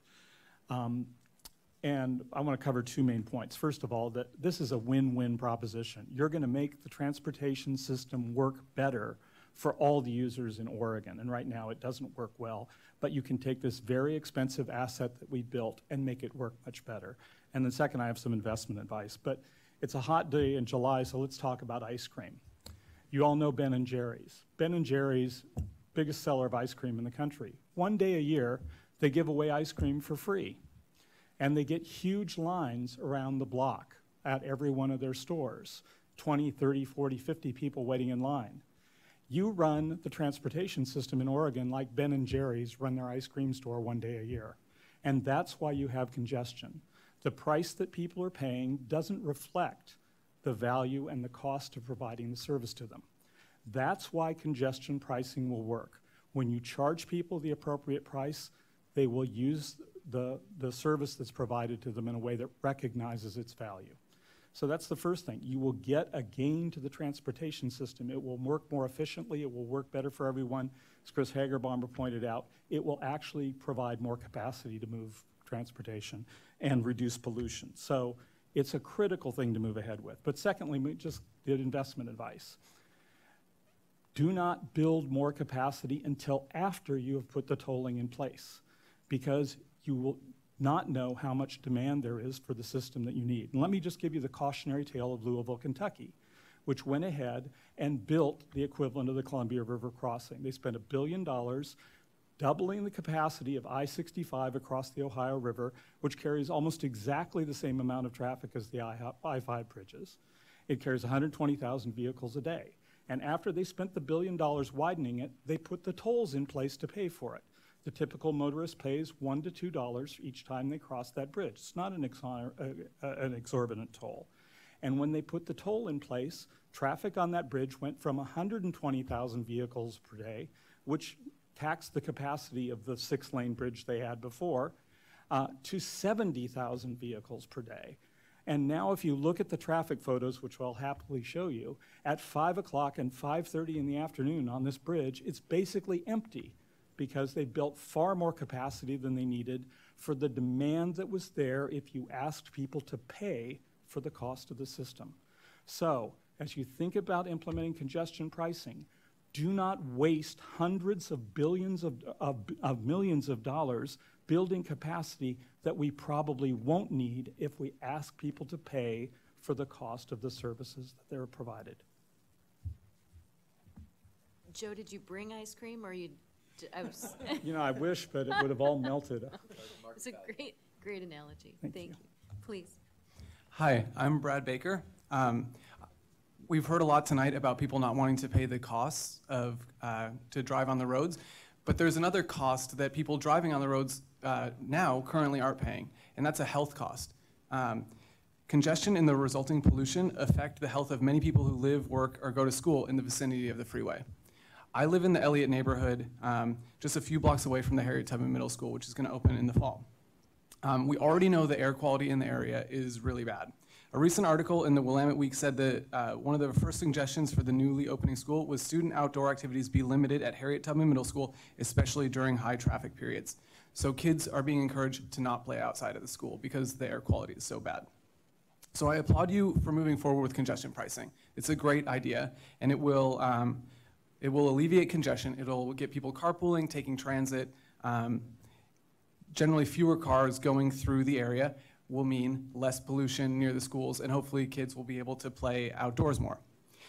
So the funds raised from congestion pricing. If we use these funds to expand capacity, we'll get more cars. We'll induce demand for driving. So the gains we've had from reducing traffic near the schools and in these inner neighborhoods near the freeways will have been lost, because the reduced traffic will be increased after we expand capacity. So a better solution, rather than encouraging more driving, would be to use the revenue on transit infrastructure and walking and biking infrastructure. This would increase mobility throughout the region without negatively impacting the air quality. It will also be more equitable. It'll be more fiscally responsible. It will create more jobs than spending on freeway infrastructure, and it'll help us to reach our climate goals. In conclusion, if you care about public health and about kids' health, please dedicate all revenue raised from congestion pricing to transit and active transportation infrastructure. Thank you. Good afternoon. Good afternoon. Go ahead and hit the until the yep. Not quite yet. There you go. It's magic. All right, that is magic indeed. There you are. Chair Bainey, members of the OTC, good afternoon, good evening. My name is Aaron Brown. I live in North Portland. I'm here to ask for decongestion pricing before freeway expansion and with the revenue raised directed towards transit I testified on April 30th at the Value Pricing Committee. I was testifying with a letter that was signed by 225 community members from 46 zip codes all across the Portland metro region, including on the north side of the Columbia River. Our letter highlighted that, in fact, many people believe decongestion pricing is a good thing. It's a thoughtful approach to addressing numerous overlapping problems with air quality, public health, carbon emissions, and actually congestion. This is a valid and perhaps surprisingly well-supported position, and I encourage you to move forward. Since that happened, we've seen a handful of events and headlines. The Willamette Week published their report saying that students at Harriet-Tubman aren't going to be able to have recess outside. Meanwhile, ODOT is planning on expanding the freeway into that backyard. A new health study came out in a top public health publication connecting poor air quality not just to lung diseases like asthma, but also strongly linking it to diabetes. Expanding freeways is literally making our communities sick, literally making them sick. The numbers of the revenue that came out since that testimony in April, we saw that $300 million a year could be raised from congestion pricing. I understand that there's constitutional limitations. That's roughly 2.5 times the amount of money that TriMet makes from farebox revenue every year. We're talking a massive sum of money that could be used to sort of make an investment in the communities that we want to see. And most importantly to my testimony, since I testified in April, I went to Glacier National Park for my 30th birthday. Have you guys been? It's beautiful, right? I saw a bear. Like, the mountains are huge. It was in June, so like the sunlight was like bright for 20 hours every day. My girlfriend and I really went. We had big campfires, s'mores. I hope you go soon. No, like literally, the glaciers are disappearing. Yeah, right. Like, it is astonishing that it took 90 minutes of testimony from representatives before anyone talked about carbon and climate change. 40% of our carbon emissions are coming from transportation, Chair Garrett, or Director Garrett. I no longer feel young at the age of 30 anymore, unless I come to an ODOT hearing, and then I start actually feeling pretty young.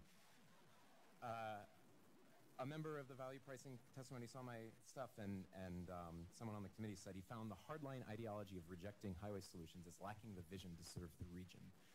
Using revenue from decongestion pricing to expand freeways is like using revenue from a carbon tax to build coal plants. The very point of taxing mechanism of road pricing is used to make market forces gently guide individual behavior towards an optimal level that maximizes public benefit. Expanding the freeways goes against that. My vision of the Portland region was one in which students don't have to forego outdoor recess. My vision of the Portland region is one in which people in Aloha, Oregon City, Gresham, and everywhere else have the option between paying to drive on a congestion-free freeway or taking a transit option that is reliable, well-funded because of decongestion pricing. My vision is one in which the elected officials are governing as though 40% of our carbon emissions are coming from transportation, and that those of us that are actually going to be living in 2100, like Kyle's soon-to-be-born daughter, will actually have a planet that's worth living in. So I'm closing, I know I'm out of time. I will just say that I know that this is not a radical fringe position. This is a necessary position. And I'm not going to be overdramatic and tell you that you have blood on your hands, but if you do not be moving forward, you certainly have carbon on your hands. Well said, Aaron. Yes, please. My name is Joyce Grant. Oh. I think we have some questions for the panel. Sorry. Or comments, rather, and then we'll get right to you. This will be short. So I have a question for Mr. Courtright. So tonight we've heard from citizens in Portland's neighborhoods. We've heard from citizens living in suburban areas. We've heard from economic interests. We've heard from those that live across the river. We've seen letters that talk about the financial impact that congestion is having on productivity, the movement of goods and services, and a lot of testimony about if we have congestion pricing, where we should spend the money. So I wonder, you've testified about the value of congestion pricing and its efficacy. I'm interested in your thoughts, if you have thoughts, about what that split should be, how we should be thinking about those resources in terms of maximizing their value. I think mitigating some of the negative impacts that are possible, and we don't know what they are, but from implementing congestion pricing. So investments in transit to give people alternatives, dealing with diversion where it occurs and offsetting the impacts from that, and then having some sort of rebate provision to deal with equity impacts on certain populations. But again, I think the thing that we don't realize is that This congestion pricing will produce big benefits to the transportation system. Will work better. People will get where they need to go when they need to get there, and those benefits shouldn't be overlooked either. Okay. Thank you. Thank you very much, and we'll call up the next panel. Which is 41 Thank you, through Erin. 44. All right. And is it Janice? No, I'm Joyce Joyce, Grant okay, I'm Worley, sorry. another Wonderful to have person you. from the Thank you. Overlook neighborhood. Very good. Joyce, sorry to have interrupted you, so look That's- forward no, to your testimony. No, I wasn't paying attention, I'm sorry. So I live off of the exit, I think it's 302, the Swan Island going exit, and I live south of there.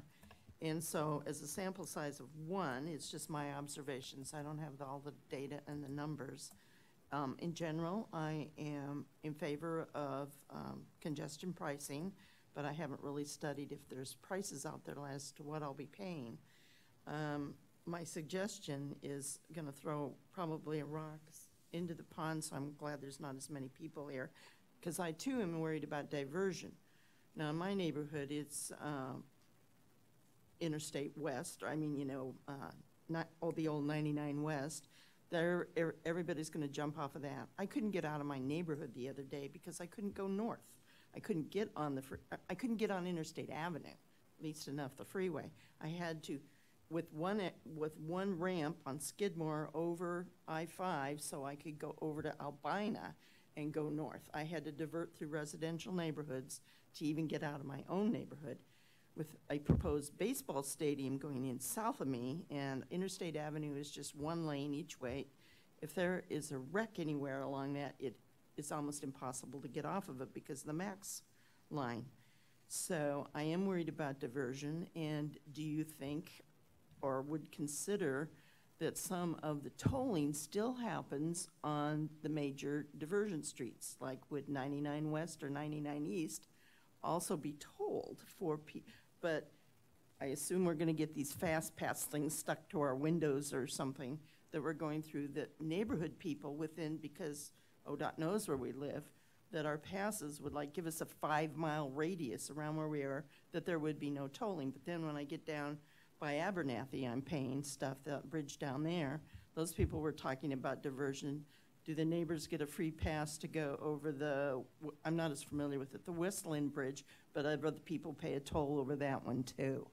But I don't know where the diversion roads are in East Portland. There's, I don't think 102nd or 122nd would be the diversion roads. Is like, I want you to consider that. I disagreed with someone earlier that said that government doesn't change behavior, and I want to remind people about the cigarette tax and the decrease in smoking in our population, which has reduced, but that's a long-term effect as people die off from lung cancer. That's still going to happen, but we've reduced younger people from smoking, and so government can change behavior, and I don't think it's always a bad thing because our behaviors sometimes kill us. We don't make good decisions sometimes, but we do make economic ones. Thank you very much. Joyce, thank you. Please, hi. Hello, my name is Jim Howell. I'm an old retired transit planner from Portland. I agree with the need for congestion pricing.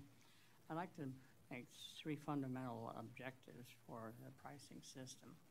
The first one, obvious, is to eliminate or reduce over-demand on the existing freeway system. The second is to introduce congestion pricing as quickly, equitably, and efficiently as possible, after obviously you get okay from the feds. And spend the toll revenue above what is needed to establish and operate the pricing system on alternative travel options, not on highway expansion.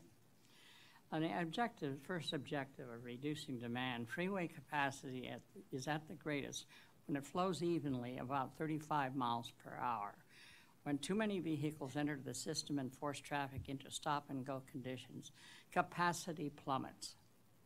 Adding lanes at choke points might temporarily mitigate this problem, as being proposed at the Rose Quarter, but unfortunately, induced demand will quickly return traffic flow to stop-and-go conditions. Objective 2, move quickly. Establish congestion pricing prior to any freeway expansion, including auxiliary lanes. These so-called improvements are only temporary fixes and will waste money. One way to induce congestion pricing equitably and efficiently is to collect the tolls at on-ramps. On-ramps can be incrementally upgraded to smart ramps that can be signed to inform motorists of the toll prior to entering them, as well as modulate flow onto the freeway based on real-time traffic conditions. And Objective 3, build and operate alternatives. Expanding the light rail system and providing express bus service on freeways can greatly reduce traffic demand, especially for commuters. Currently, there is no light rail alternatives in I-5 except for a short section between Expo and Rose Quarter, and there is no bus service on I-205 and 217 at all. Invest toll revenue as well as ODOT funds on these alternatives would be far more effective in reducing freeway traffic, carbon emissions, and taxpayers' costs than futilely attempting to build your way out of congestion by expanding freeways. Thank you. And I have a couple illustrations on some of these alternatives if you're interested. We are interested. Can we keep those if Yes, you you leave can. them? Okay, wonderful. So, I also, Courtney will get them. so Courtney is coming up behind you, and she's going to take those. okay. Wonderful, and then we'll make copies and distribute those. Thank you very much. Please. Hi, good afternoon. Oh, that's loud. My name's Sarah Iannarone. I'm a doctoral candidate in sustainable urban development at Portland State University. And I'm also, my day job is hosting visiting delegations from around the world who come to study sustainability policy and best practices via Portland State University, including one of my former delegates was the vice mayor from Environment from Stockholm, who was instrumental in implementing their congestion pricing strategy. So I want to share a little bit of wisdom that he left behind with me.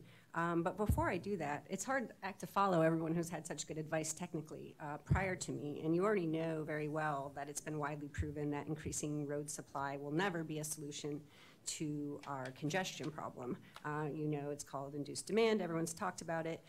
But most people complaining about congestion actually comprise it. The only solution really to reducing congestion is reducing the number of motorists operating vehicles on our roads, especially at peak times. We really do have to think carefully about a sustainable future for our young people. It follows that our primary means of addressing congestion should be getting every possible single occupancy vehicle motorist to adopt an alternative mode of transportation for as many trips as possible. This includes making investments in compact walkable neighborhoods, developing a polycentric region with multiple jobs and education centers, making robust investments in cycling and pedestrian infrastructure, promoting carpooling and telecommuting, and most importantly, making investments in a world-class transportation system that's comfortable, reliable, affordable, and efficient.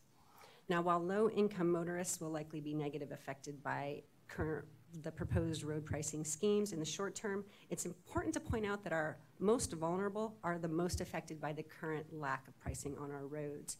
The people who are most vulnerable in our society are already car-free and transit-dependent. We know too well that it's the most disadvantaged who are paying the price of a lack of pricing on our roads. To the same extent that this room is filled, I noticed, I get to go close to the end, that this room is filled with mostly white, English-speaking, apparently housed people.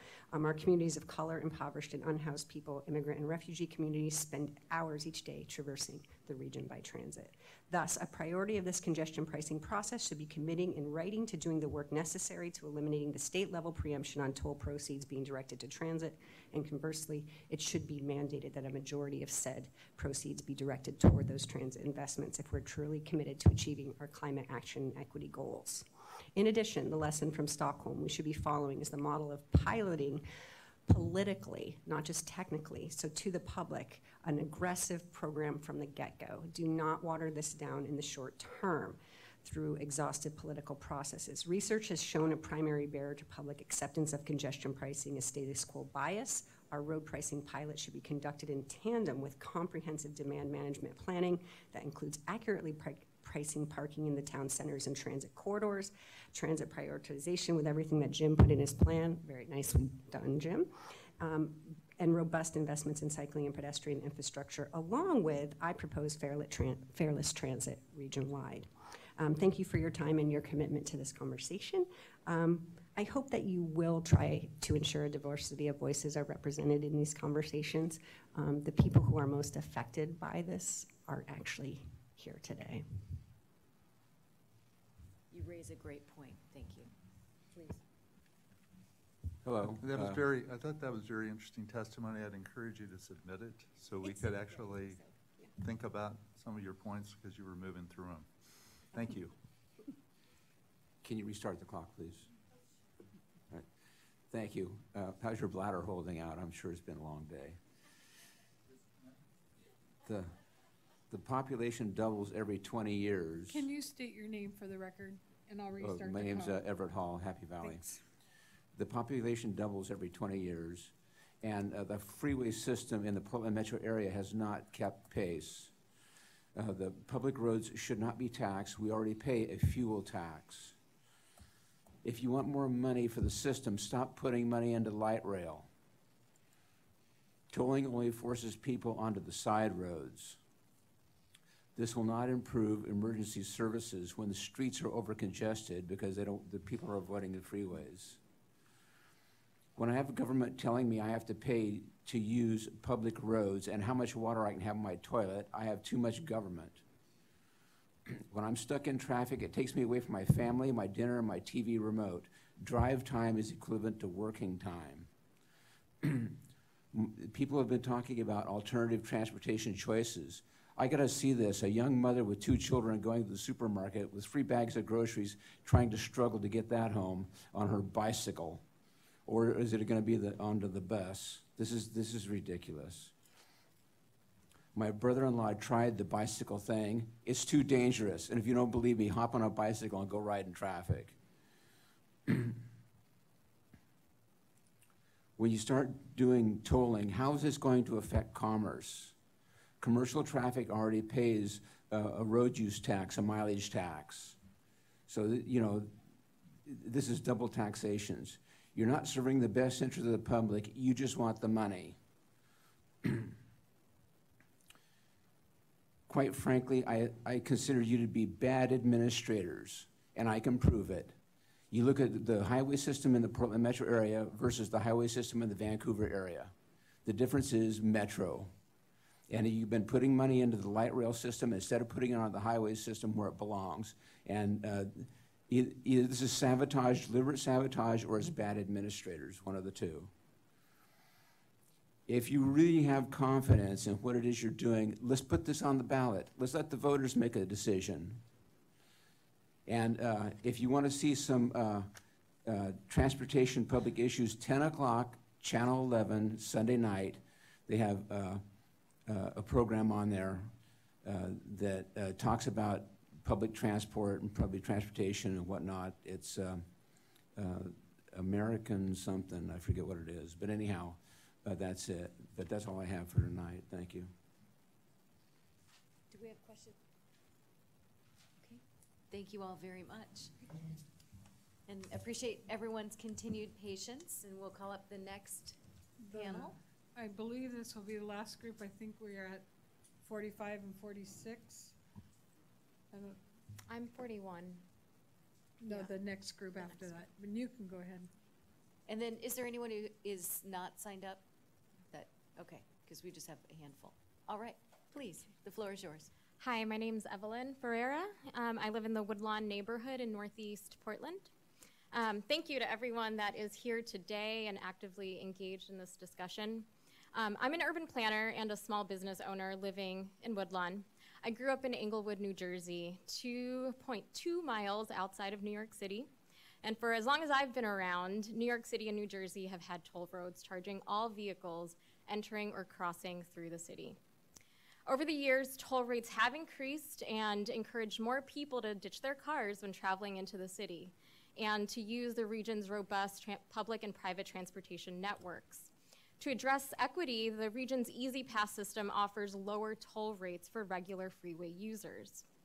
I've also lived in Los Angeles. Los Angeles is perhaps one of the world's finest examples of how adding freeway lanes does not solve our congestion problems. In fact, it makes them worse.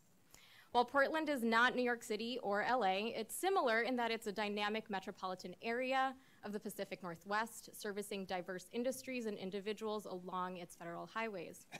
All stakeholders in this process must begin to view and treat the region as exactly what it is. It's a high-density urban area that extends beyond the Portland city limits and features high-capacity roadways that cut through, divide, and impact our vibrant and growing neighborhoods. While congestion pricing is one tool, and a key and impactful one, that will help move our region towards its transportation, climate change, and equity goals, we need a multi-pronged approach to address this issue and to help our region thrive and move around more efficiently. The prongs include a regional and collaborative approach to transportation and to our national and global issues of climate change and public health. Transportation planners across the region must continue working together to build efficient and effective connectivity across the region. Simultaneously, we must expand our thinking to act locally. We need local programmatic resources to help our region transition to more localized living. To address the issue of traffic diversion of single occupancy regional commuters, we must support companies attracting regional commuters in making use of telecommuting capabilities to offer worker flexibility. The 9 to 5 simply doesn't work. We must encourage local economic development to reduce the regular use of freeways to meet basic needs, including shopping trips, school, and work commutes. Creativity is needed to roll out programs and support local economies, leveraging zero emissions technology, and policies moving Portland towards a car-free future. I encourage the committee to notice the global trend. Many cities across the world are implementing aggressive car-reducing policies and programs to ensure that we meet critical climate change goals and that we improve the quality of life for all peoples within the high-density urban regions. I walk and bike across pedestrian bridges over the I-5 on a regular basis, and I'm at time and so much to say. Public health issues, we've mentioned those already, and equity, it's really important that we look around and notice that not everyone that is involved and a stakeholder in this process was present here today. Yeah. Evelyn, by chance, do you have your testimony that you could maybe submit to us? Absolutely. After? Okay. Yes. Doesn't have to be this evening, but if you could get that to us, we would love to see that. Thank you. The finished part. Thank you. Thank you. Hi, my name is Doug Klotz. I live in Southeast Portland. Chair Boehne and Commissioners, we need to do decongestion pricing before we do any expansion of the freeways. I support the congestion pricing plan, and I would note, because of the testifiers from Overlook and from West Lynn, that the area being tolled should be expanded so that we aren't inducing diversion at the either end of the tolled area. Seems like that in the north, for instance, it should go clear up to the interstate bridge instead of stopping just north of the Rose Quarter. This is not a money-raising project. It's about behavior changes, as many have noted. And the funding that's received from this should be used to bolster transit and do mitigation about diversion and provide subsidies for low-income folks, as Joe Courtwright has listed out. Directing revenue to widen freeways will only lead to more congestion to induce demand, as you know. And we also need to change Article 9, Section 3A of the Constitution to allow these funds to be used for transit improvements and the other things mentioned. Thank you.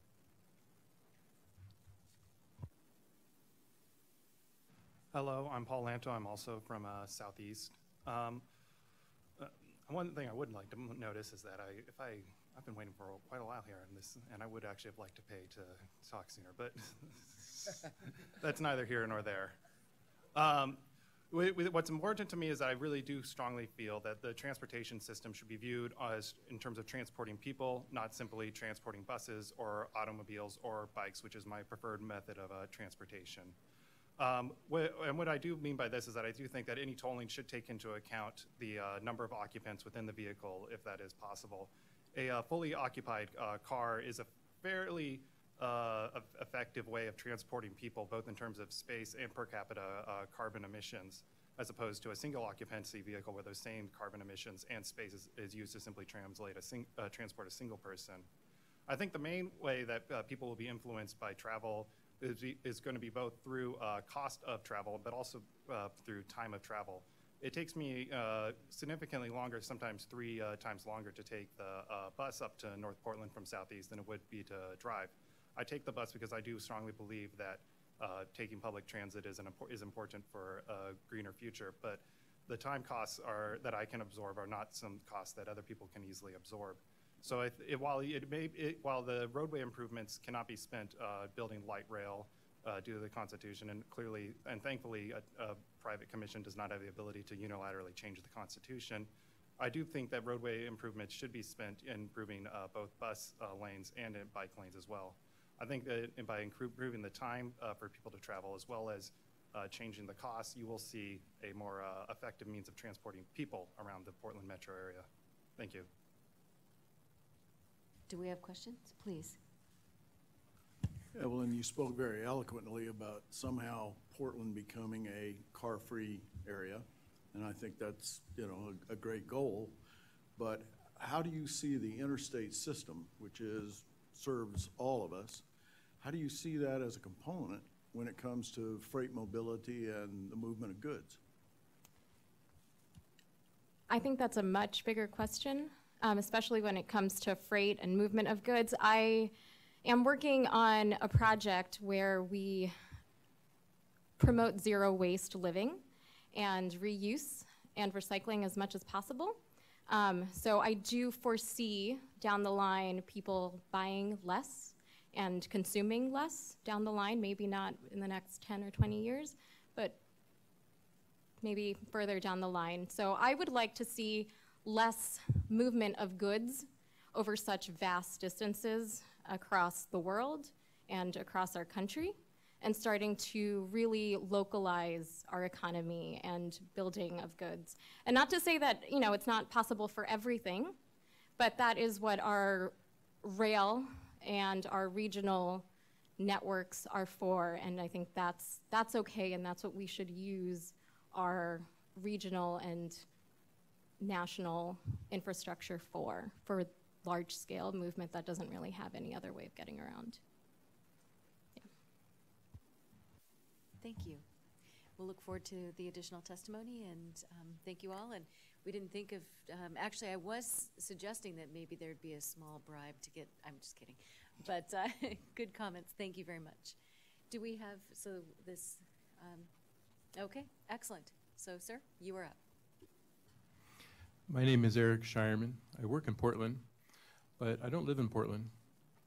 I only live 30 minutes away or 2 hours away, depending on traffic, right? And so I'm supportive of congestion pricing, not out of some utopian goal to force people who want to drive out of their vehicles or some other thing. The truth is that congestion pricing is in and of itself a way of increasing capacity. And it can increase the use of our freeway beyond what we're doing now. And I think since most people get around by driving, and they want to get around by driving, if this policy is executed well, you're going to be heroes. This will have a big positive impact on our economy by increasing mobility. And so I just want to share one key matrix that I think would be helpful for you at the executive level that you're at. And that is the National Research Council every 10 years publishes a very thick reference material called the Highway Capacity Manual. I'm not sure if you've heard of that before.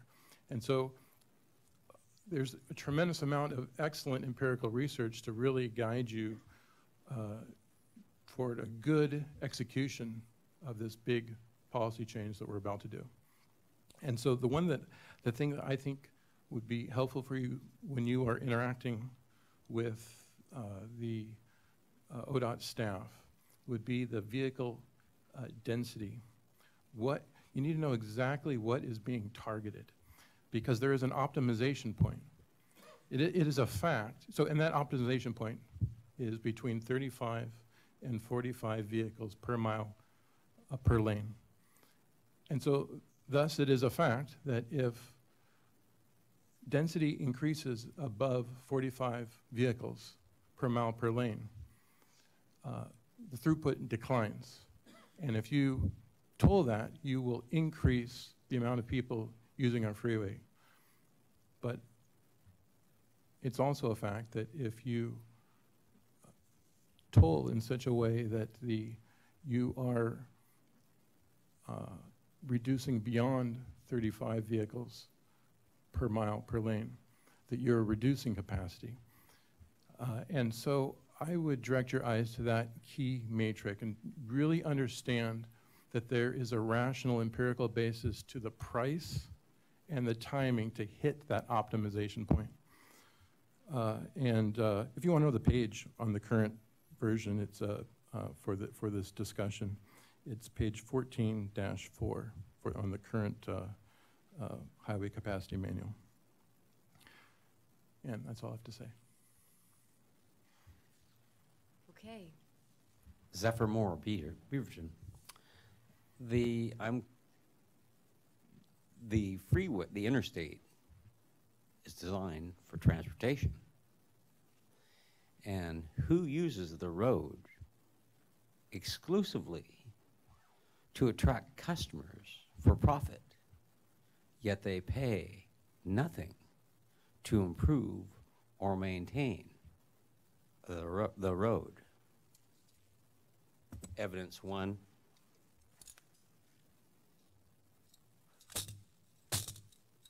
£1.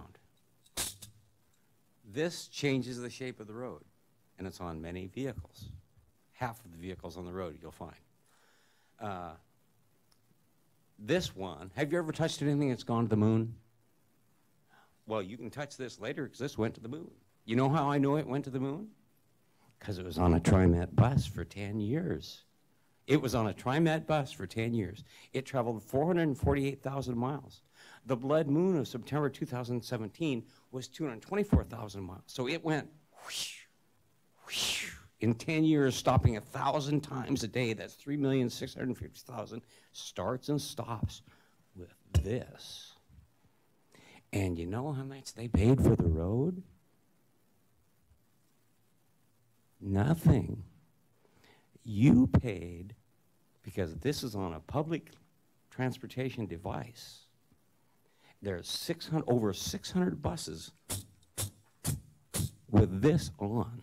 That's 450-pound passengers that pay nothing all day. So, you hear that? You want to call General Manager at TriMet. This is the phone number. Oh, nobody's back there. You got that? You say, who is, and you want to say, who is Gillig? You see, Gillig, they make the buses. Just say, who is Gillig? I want to know. Okay, I got to get on with the money part. Every user of the road demands oil. Through my Amsoil synthetic lubricant business, profit on purchases is donated to nonprofit causes of the buyer's choice. So if you were to use this product, you could say, I want it to go to repair the roads there. Real simple. How many people are in the committee? How many catalogs would you like? I have more than 5. Okay, great. We would love to have 5. Okay. Thank you. And let's see. I want to get you the visual on how much this weighs. Oh, I just lost my. Damn! I just lost it. Well, no. This is supposed to be connected here. I don't know whether I can do it in this moment at a time. Oh, it's all right. You're finishing us up here, so this is. Here you go. Now, to get the vision on how much this doesn't weigh, did you get how much that doesn't weigh? See, because it's on a bus, you don't even see it. It'd be a nice sized fish. Yes. but it's on the bus, and I want you to look at a TriMet bus in the next few days, if you're in Portland, in the next few days, and say, that is a pretty blue line border on the Oregon gold plate, but it's covered. You're point is resonating. Now, Thank you, yes. There's 74,000 cars from Washington commute into Portland on 5 every day. Half of those cars have advertising. That's 37,000 pounds changing the shape of the road. You got it? Your employees who have a vehicle, half of them have advertising. You can say to your employee, you want to change, have all of the state employees go home, say, do I have advertising in my car? Yes or no. If they have it on their car, take it off. Bring it to work. Have a million, how many people work for the state? But you can have a pile like this. You call the New York Times and say, there's something you need to see. And then you count how much oxygen and fuel it takes to pump that. And you say, well, that makes carbon, hydrocarbons. So you're struggling to save the planet? Well, take the pound off your car. Many of the people who are stopped in traffic, idling and drive with their foot on the brake. If they put it in neutral, the change of oxygen consumption is 11% less going from drive to neutral. Turning the lights off is 2%, so that's 13% just when you're stopped doing nothing. There you go. Go wild. Thank you very much. Those are points that hadn't been raised, and I Exactly. appreciate it very much. But will you please email me at it'll be fun, lb Okay. at gmail.com and ask for oxygen. Okay. You are welcome to send that to us as well, and very much appreciate your testimony this evening. And I wanted to, we have not as many folks that started the evening with us that are still here, but I just wanted to say thank you so much for the commitment of time and investment in this issue. As I mentioned earlier, if it were simple, we would have solved this, but I think together we will come up with something that will meet the needs of the community and also take into account the challenges that you've also raised as well. So with that, we are adjourned. Okay, thank you.